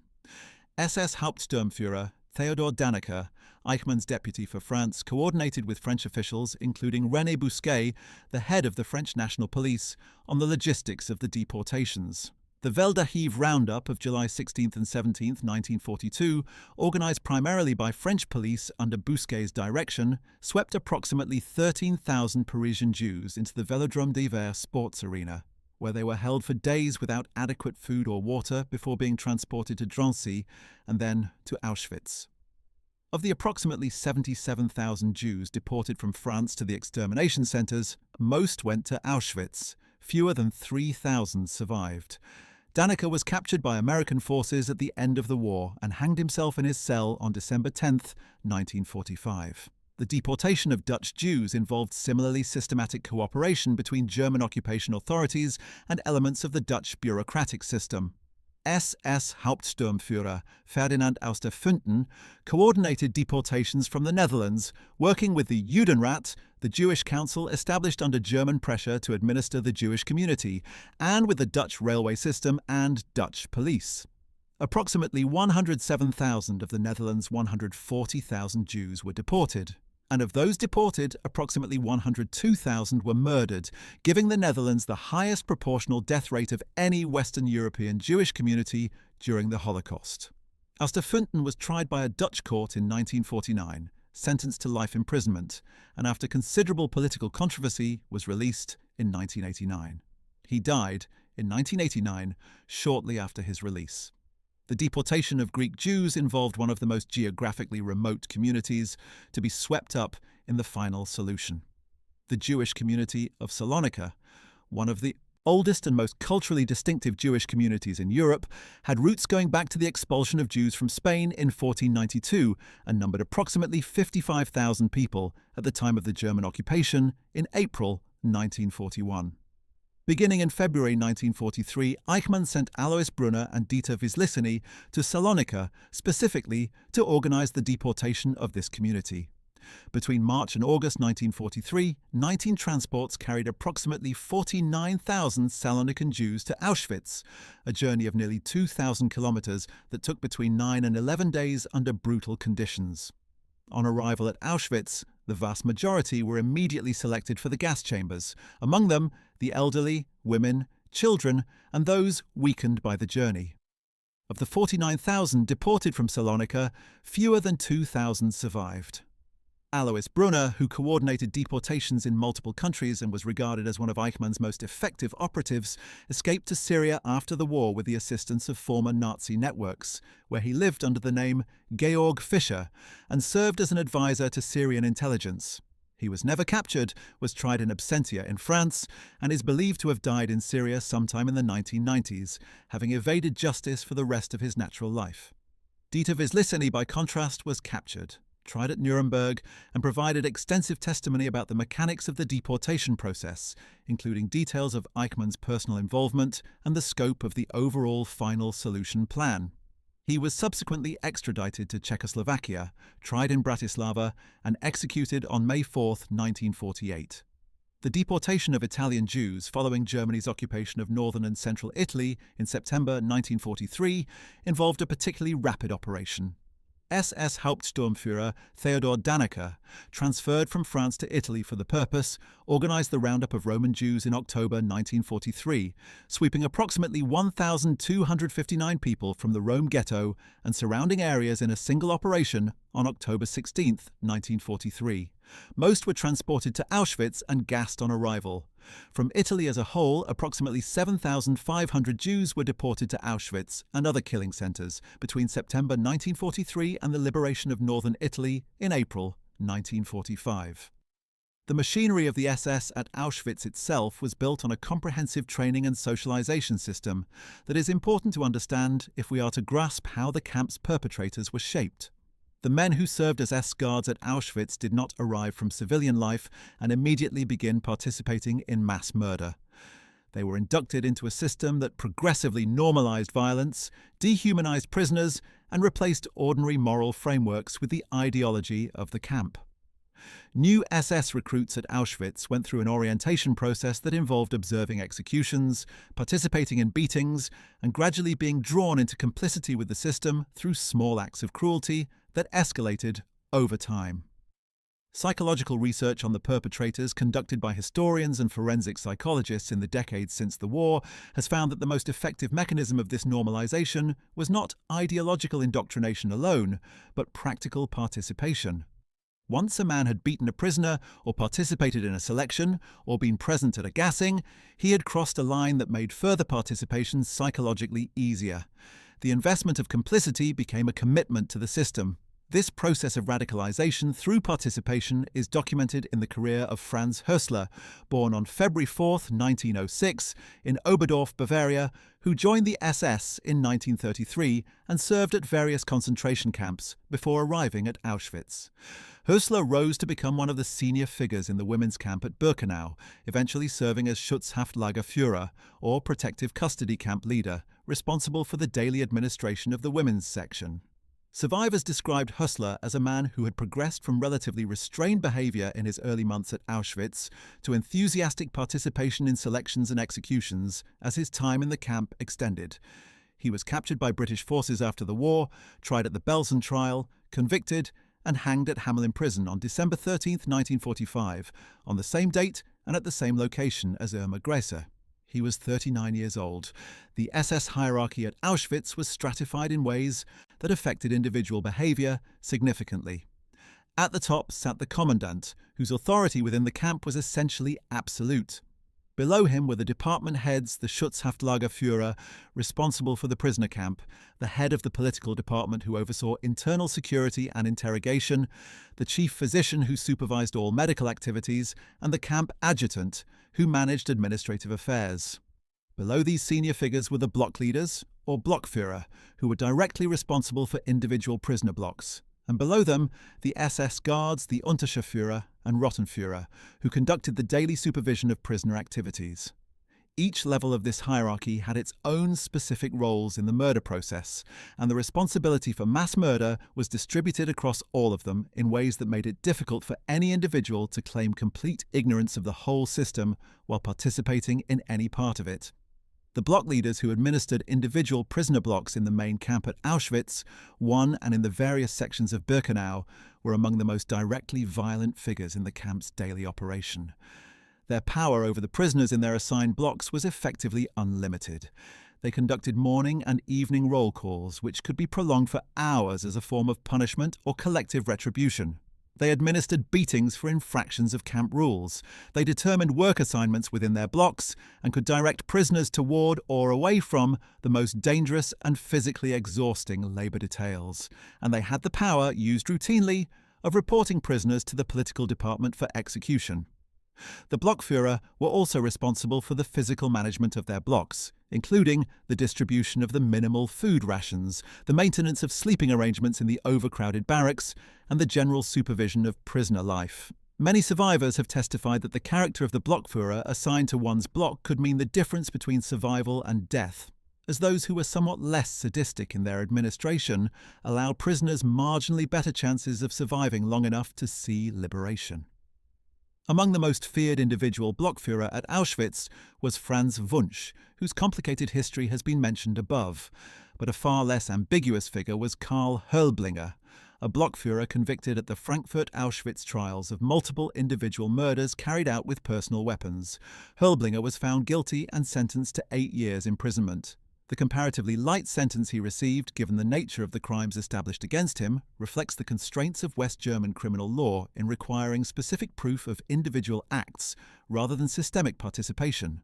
Men who had supervised blocks in which dozens died daily from systematic neglect and intentional brutality were difficult to prosecute unless specific individual murders could be attributed to them with sufficient legal precision. The camp's economic dimension, the use of prisoner labour for German industrial production, deserves additional examination. The arrangement under which German corporations rented prisoner labour from the SS was formalised through a standard contract structure. Corporations paid the SS a daily rate per prisoner, typically between 4 and 8 Reichsmarks per day, depending on the prisoner's skill level, which was deposited into SS accounts managed by the WVHA. The corporations provided the work sites, supervised the work, and reported output figures to the SS. The SS provided security, management, and replacement of prisoners who died or became too ill to work. This arrangement was entirely normalized within the German corporate world of the early 1940s. Companies bidding for SS prisoner labor included not only IG Farben, but Krupp, Siemens, BMW, Volkswagen, and dozens of other major German industrial enterprises. The records of these transactions, preserved in both corporate and SS archives, show the casual integration of slave labor into ordinary business planning. Procurement officers wrote internal memos comparing the cost-effectiveness of prisoner labor with civilian labor. Engineers designed factory layouts with separate accommodation for prisoner and civilian workers. Corporate executives met with SS administrators to discuss labor force quality and availability. The participation of German industry in the exploitation of concentration camp prisoners was not a secret, not a deviation from normal business practice, and not limited to a handful of ideologically extreme companies. It was a structural feature of the German wartime economy, endorsed and managed at the highest corporate and governmental levels. The specific case of Bayer, the pharmaceutical subsidiary of IG Farben at Auschwitz, illustrates this dimension with particular clarity. Bayer's scientists, operating through the IG Farben corporate structure at Auschwitz, conducted pharmaceutical trials on prisoners using experimental drugs.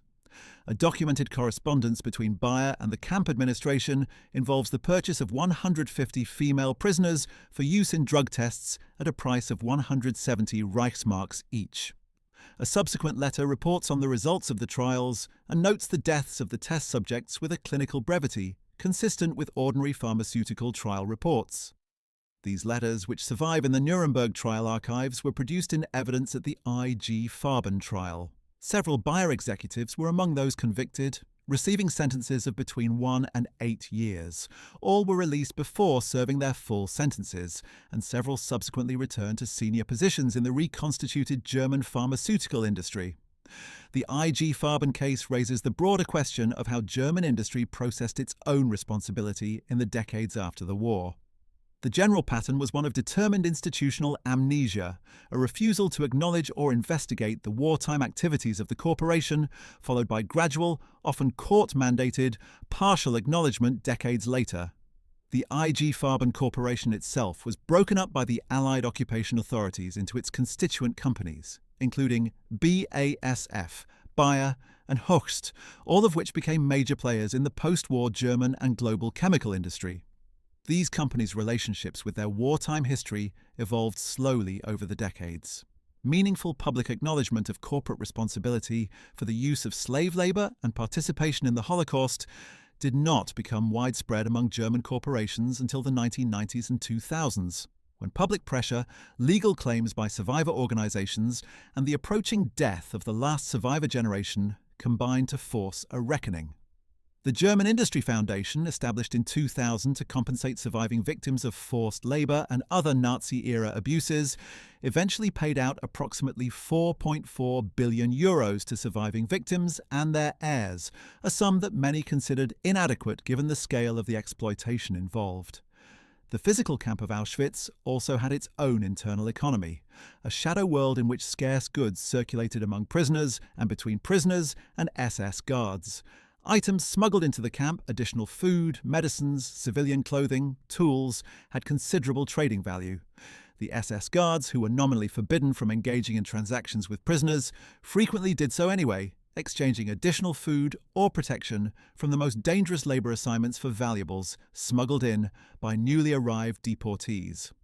The Canada section of Birkenau, where the property of murdered Jews was sorted and stored, was the economic hub of this internal shadow economy, because the Sonderkommando and prisoner workers assigned to Canada had access to an enormous variety of goods and could divert small quantities for personal use or trade. The name Canada, meaning Canada, was applied by prisoners to this section because Canada was associated in European popular imagination with a land of unlimited abundance, and Canada at Birkenau was indeed abundant with the accumulated possessions of hundreds of thousands of murder victims. The psychological state of the SS personnel who served at Auschwitz has been the subject of considerable scholarly inquiry.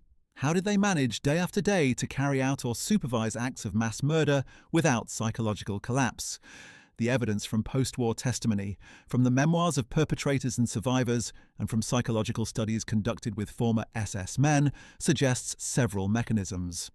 The first was the progressive desensitization described above, the gradual normalization of violence through increasing participation.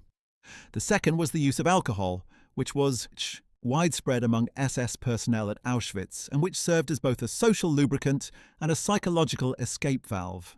Hughes himself noted in his memoirs that many of his men drank heavily, and that this was an ongoing disciplinary concern because intoxicated guards were more likely to engage in uncontrolled violence that created problems of documentation and accountability. The third mechanism was the ideological framework that the SS provided for understanding their work.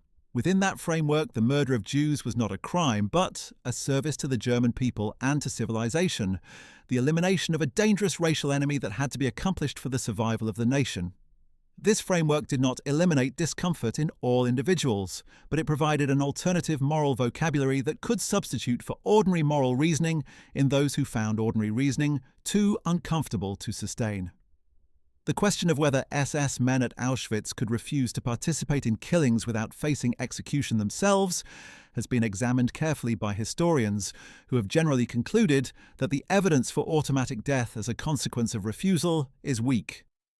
Christopher Browning's research on Reserve Police Battalion 101 found that ordinary policemen were explicitly given the option to decline participation in shootings, and that those who did were assigned to other duties without being punished. The parallel evidence from Auschwitz, while less systematic, points in the same direction. Hans Münche's successful avoidance of direct participation in the selection process demonstrates that some degree of individual negotiation with the system was possible.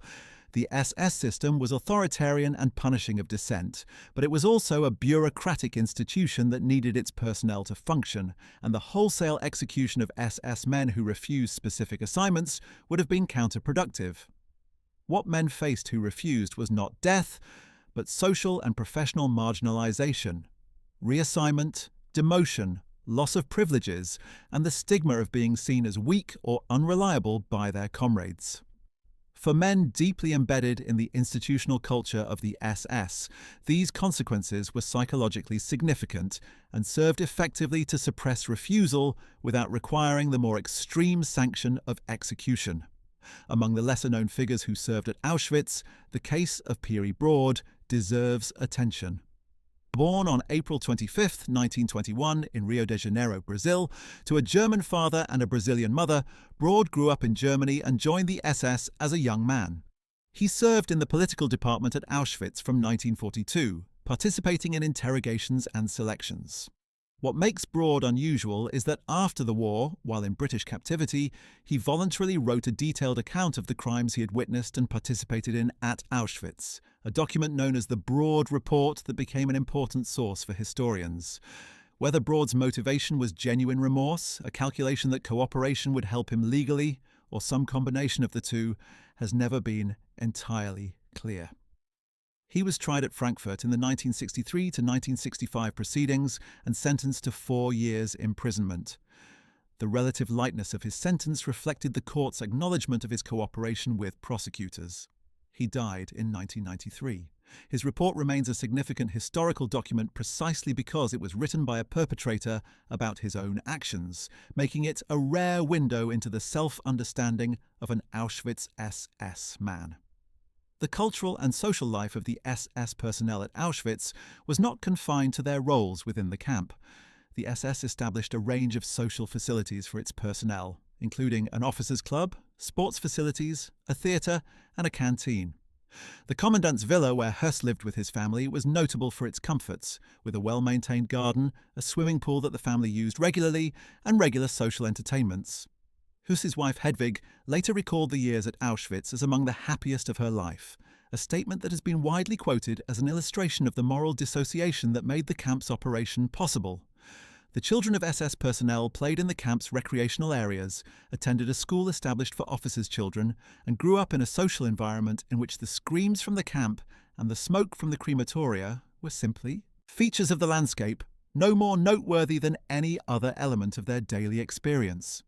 The normality that surrounded the abnormality is one of the most unsettling aspects of Auschwitz's history, and one of the most important for understanding how genocide can be sustained over time. The prisoner resistance movements within Auschwitz operated under conditions of extraordinary difficulty.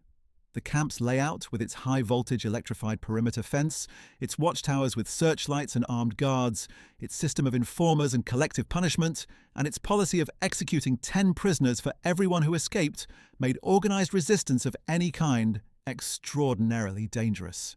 Yet resistance existed throughout the camp's history. The underground organization known as the Kampfgruppe Auschwitz, comprising members of multiple national groups including Polish, Jewish, and Soviet prisoners, worked to document the camp's crimes, smuggle information to the outside world, maintain internal morale, and prepare for an eventual armed uprising. The Kampfgruppe collected evidence systematically, preserving photographs taken secretly by Sonderkommando workers inside the crematoria, records smuggled from administrative offices, and written testimonies from prisoners who had specific knowledge of the camp's operations. Much of this material was hidden in metal canisters buried beneath the camp, where some of it was discovered after liberation. The most famous documentary record preserved by the Auschwitz Underground is the Scrolls of Auschwitz, manuscripts written by members of the Sonderkommando describing the murder process in detail and buried in the ground near the crematoria. Several of these manuscripts were discovered after the war and provided historical evidence of unique importance. The Germans who administered Auschwitz also grappled internally with the sheer administrative challenge of concealing the camp's true nature from the world. The secrecy surrounding the extermination process was a constant preoccupation. The camp had its own internal postal censorship system to prevent prisoners from communicating the truth about the exterminations to the outside world. Red Cross inspections, which occurred at other concentration camps, were denied access to the extermination sections of Auschwitz. When the International Red Cross visited Theresienstadt, the show camp in Czechoslovakia, in June 1944, the Nazis staged an elaborate performance of normalcy, having previously deported thousands of Theresienstadt prisoners to Auschwitz to reduce overcrowding and prepared the camp with fresh flowers, musical performances, and improved food for the duration of the inspection. No such concession was ever made at Auschwitz, which was simply kept off the inspection list entirely. The management of international perception of the camp system was an ongoing diplomatic and intelligence operation conducted at the highest levels of the Nazi state. The geographic setting of Auschwitz in Upper Silesia had its own significance within the Nazi administrative structure. Upper Silesia was part of the annexed German territory, meaning that it was legally part of the Reich itself, not merely occupied Poland. The population of the surrounding region included ethnic Germans, Poles, Ukrainians, and Jews, all of whom were subject to sharply differentiated treatment under the racial laws of the occupation. German civilians in towns adjacent to Auschwitz, including Oswiecim itself and surrounding communities, were aware of the camp's existence and could often smell the smoke from the crematoria when the wind was in the right direction. Post-war surveys and testimonies from local residents confirm that knowledge of the camp's function, while not always precise, was widespread. Some local civilians attempted to profit from the situation by smuggling food or goods to prisoners in exchange for valuables. Others reported prisoners who escaped to the SS. The vast majority simply accommodated themselves to the extraordinary situation on their doorstep in the manner of civilian populations everywhere who find themselves adjacent to atrocity. Through a combination of practical accommodation, deliberate avoidance of direct knowledge, and the ordinary human capacity for ignoring what one does not wish to know, the German administration of Auschwitz was not static, but evolved continuously in response to internal and external pressures. As the war situation deteriorated for Germany from late 1942 onward, the competing demands of the camp's multiple functions became increasingly difficult to manage. The camp was simultaneously a centre of mass extermination, a labour reserve for German industry, an agricultural enterprise, a research facility, and a detention centre for political prisoners. These functions were often in tension with each other. The extermination machinery consumed an enormous proportion of incoming deportees who might otherwise have contributed to the labour supply. The medical experiments conducted by Mengele and others killed or incapacitated prisoners who had labour value. The administrative overhead of managing such a complex institution drained SS personnel from direct production roles. By 1944, as the German war economy became increasingly desperate for workers, there was growing internal SS debate about whether the wholesale murder of all able-bodied Jewish arrivals was economically rational. Some SS administrators, including those directly responsible for prisoner labour allocation, argued for a greater proportion of arrivals to be registered and put to work rather than immediately gassed. This argument occasionally prevailed in specific instances, as when skilled Jewish workers were retained for specific production tasks, but it never succeeded in fundamentally changing the priority given to extermination over labour exploitation. The final months of Auschwitz's operation, from the summer of 1944 through January 1945, were characterized by an accelerating tension between the scale of killing operations, particularly during the Hungarian deportations, and the growing evidence of German military defeat. The approach of Soviet forces from the east made the continuation of operations increasingly untenable and the concealment of evidence increasingly urgent. Himmler's order in November 1944 to cease gassing operations came as the practical capacity for large-scale deportation from the remaining areas under German control was diminishing rapidly. The destruction of the crematoria in late January 1945 was carried out hastily and incompletely, leaving enough physical evidence for engineers and historians to reconstruct the entire killing process with considerable accuracy. The liberation of the camp on January 27, 1945, by troops of the 322nd Rifle Division of the 60th Army was followed within weeks by the liberation of the subcamps and the interception of the death marches in various locations across Germany and Poland. The systematic recording of testimony from survivors began immediately, both by Soviet military investigators and by representatives of international organizations working to document the crimes of the Nazi regime. The evidence gathered in the weeks and months following liberation formed the basis for the charges brought at Nuremberg and in the subsequent proceedings. It also demonstrated, with painful clarity, the inadequacy of any post-war accounting that limited itself to the senior leadership. The thousands of SS personnel who had served at Auschwitz and dispersed across Europe at the war's end represented a vast reservoir of perpetrators who, if they were to be held accountable, would require decades of patient investigation, identification, and prosecution. The Central Office for the Investigation of National Socialist Crimes at Ludwigsburg, established in 1958, undertook exactly this task. Working through decades of post-war Germany, the office investigated tens of thousands of cases and contributed to the prosecution of former SS personnel in cases ranging from the Frankfurt Auschwitz trials of 1963 to proceedings that continued into the 21st century. Among the most remarkable late prosecutions was that of Oskar Gröning, a former SS man who had served at Auschwitz as an administrative clerk responsible for counting and sorting the currency seized from arriving deportees. Born on June 10, 1921, Gröning had remained silent about his wartime activities for decades before speaking publicly in the 2000s, partly in response to Holocaust denial, confirming as an eyewitness that he had seen the murder process at Auschwitz firsthand and that the Holocaust had indisputably occurred. His public statements attracted both praise from Holocaust educators and the attention of prosecutors. In 2015, at the age of 93, Gröning was tried by a German court in Lüneburg, convicted as an accessory to murder in at least 300,000 cases, and sentenced to 4 years imprisonment. His defense argued that he had been merely a minor functionary with no direct role in the killings, a position the court rejected. Gröning died on March 9, 2018, before serving his sentence, having exhausted the appeals process. He was 96 years old. The Gröning case represented a significant shift in German legal interpretation of the concept of accessory to murder in the context of the Holocaust, with the court accepting that participation in the administrative machinery of Auschwitz, even in a capacity that involved no direct killing, could constitute criminal accessory to murder.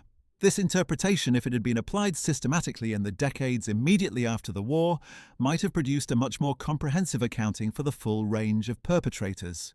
Its application 60 years after the fact to men in their 90s was necessarily symbolic in nature but historically and legally significant nonetheless.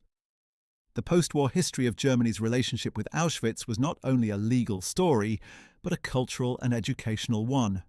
The campsite became a museum in 1947, while memories were still raw and survivors were still living in the surrounding region.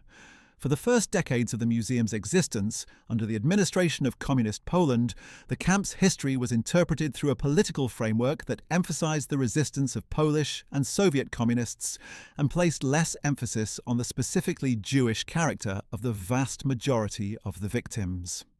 This interpretive frame, driven partly by Cold War politics and partly by Poland's own complicated relationship with Jewish memory, was gradually challenged and revised from the 1970s onward. The museum's permanent exhibitions were comprehensively revised in the 1990s and 2000s to place the genocide of European Jews at the center of the camp's history, while also honoring the victims of other groups who were killed there, including Poles, Soviet prisoners of war, Roma, and others. Today, the Auschwitz-Birkenau Memorial and Museum receives more than 2 million visitors annually, making it one of the most visited memorial sites in the world. The physical remains of the camp, preserved with considerable care through the efforts of conservationists working against the natural process of decay, allow visitors to walk through the same spaces through which prisoners once walked. The ruins of the crematoria at Birkenau, dynamited by the SS in January 1945 but preserved in their ruined state, stand as one of the most powerful physical memorials to mass murder that history has left behind. The cattle cars that transported prisoners to the camp, The piles of shoes and spectacles and hair in the museum's display cases, and the wall of photographs of individual prisoners that stretches across one of the main exhibition halls all serve to make concrete and individual what statistics alone cannot convey. Auschwitz killed more than 1 million people, but it killed them one by one, each with a life, a family, a history, and a future that was extinguished on the decision of men whose names and biographies we have spent this video examining. The German government's official relationship with the Auschwitz Memorial has evolved significantly over the post-war decades. Germany became a significant financial contributor to the memorial's preservation efforts, contributing substantial funds to the Auschwitz-Birkenau Foundation, established in 2009 to provide a permanent endowment for conservation work. German school curricula have incorporated mandatory education about the Holocaust, including Auschwitz specifically, since the 1970s, and visits to the memorial by German school groups have become a standard feature of secondary education. These educational efforts have been credited with creating a German public that is, among developed nations, among the most historically informed about the Nazi period and the Holocaust. Whether this educational success represents a genuine transformation in German political culture or a more superficial form of commemorative ritual is a question on which historians and sociologists continue to disagree. What is beyond dispute is that the history of Auschwitz, examined from the German perspective as this video has attempted to do, reveals a system that was created and sustained by specific human choices made by specific human beings. Rudolf Höss chose to build the camp with efficiency and pride. Josef Mengele chose to use his medical training to torture rather than heal. Adolf Eichmann chose to apply his administrative talents to the logistics of mass murder. Maria Mandel chose to exercise her authority with sadistic brutality. Karl Fritsch chose to conduct his fatal experiment with Zyklon B. Oswald Pohl chose to build the SS's economic empire on the exploitation of slave labor.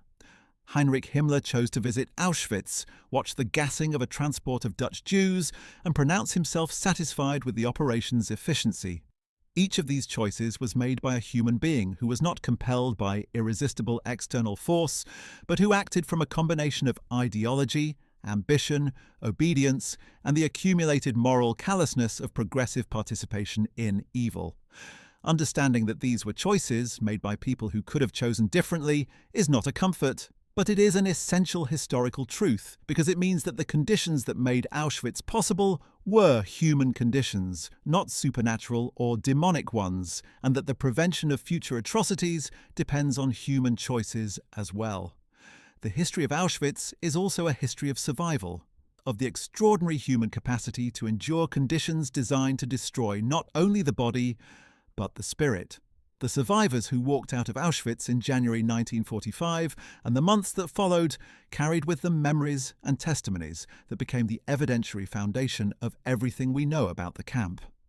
Their testimony, given at Nuremberg, at Frankfurt, at the Eichmann trial in Jerusalem, and in thousands of oral history interviews conducted over the following decades, is the ultimate source of our understanding of what the German perpetrators did.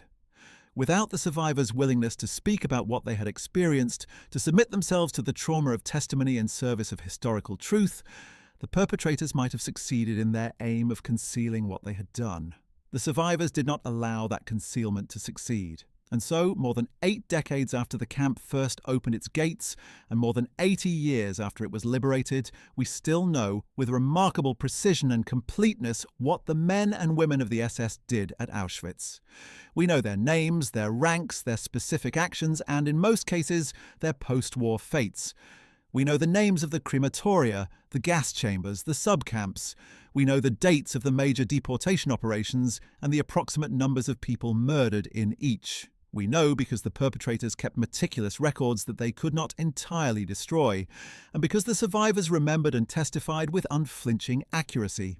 That knowledge is not a sufficient response to the magnitude of what happened. But it is all that history as a discipline can offer, the complete and accurate record of what occurred, preserved against forgetting. And in this case, the record shows clearly that Auschwitz was not built by monsters. It was built by human beings. It was built by Germans. And that is perhaps the most important and most uncomfortable thing that any of us can take away from its history. Well, that is truly it for today. Thank you so much for staying with us through this complete history of Auschwitz from the German point of view. If this video has moved you, educated you, or given you a new perspective on this chapter of history, please share it with others who might benefit from understanding it. Make sure to like the video, subscribe to our channel, and hit the notification bell so you can be notified every time we release new content about World War II and the history of the Nazi era. Your support helps us continue producing this kind of in-depth historical content. We will see you in the next one.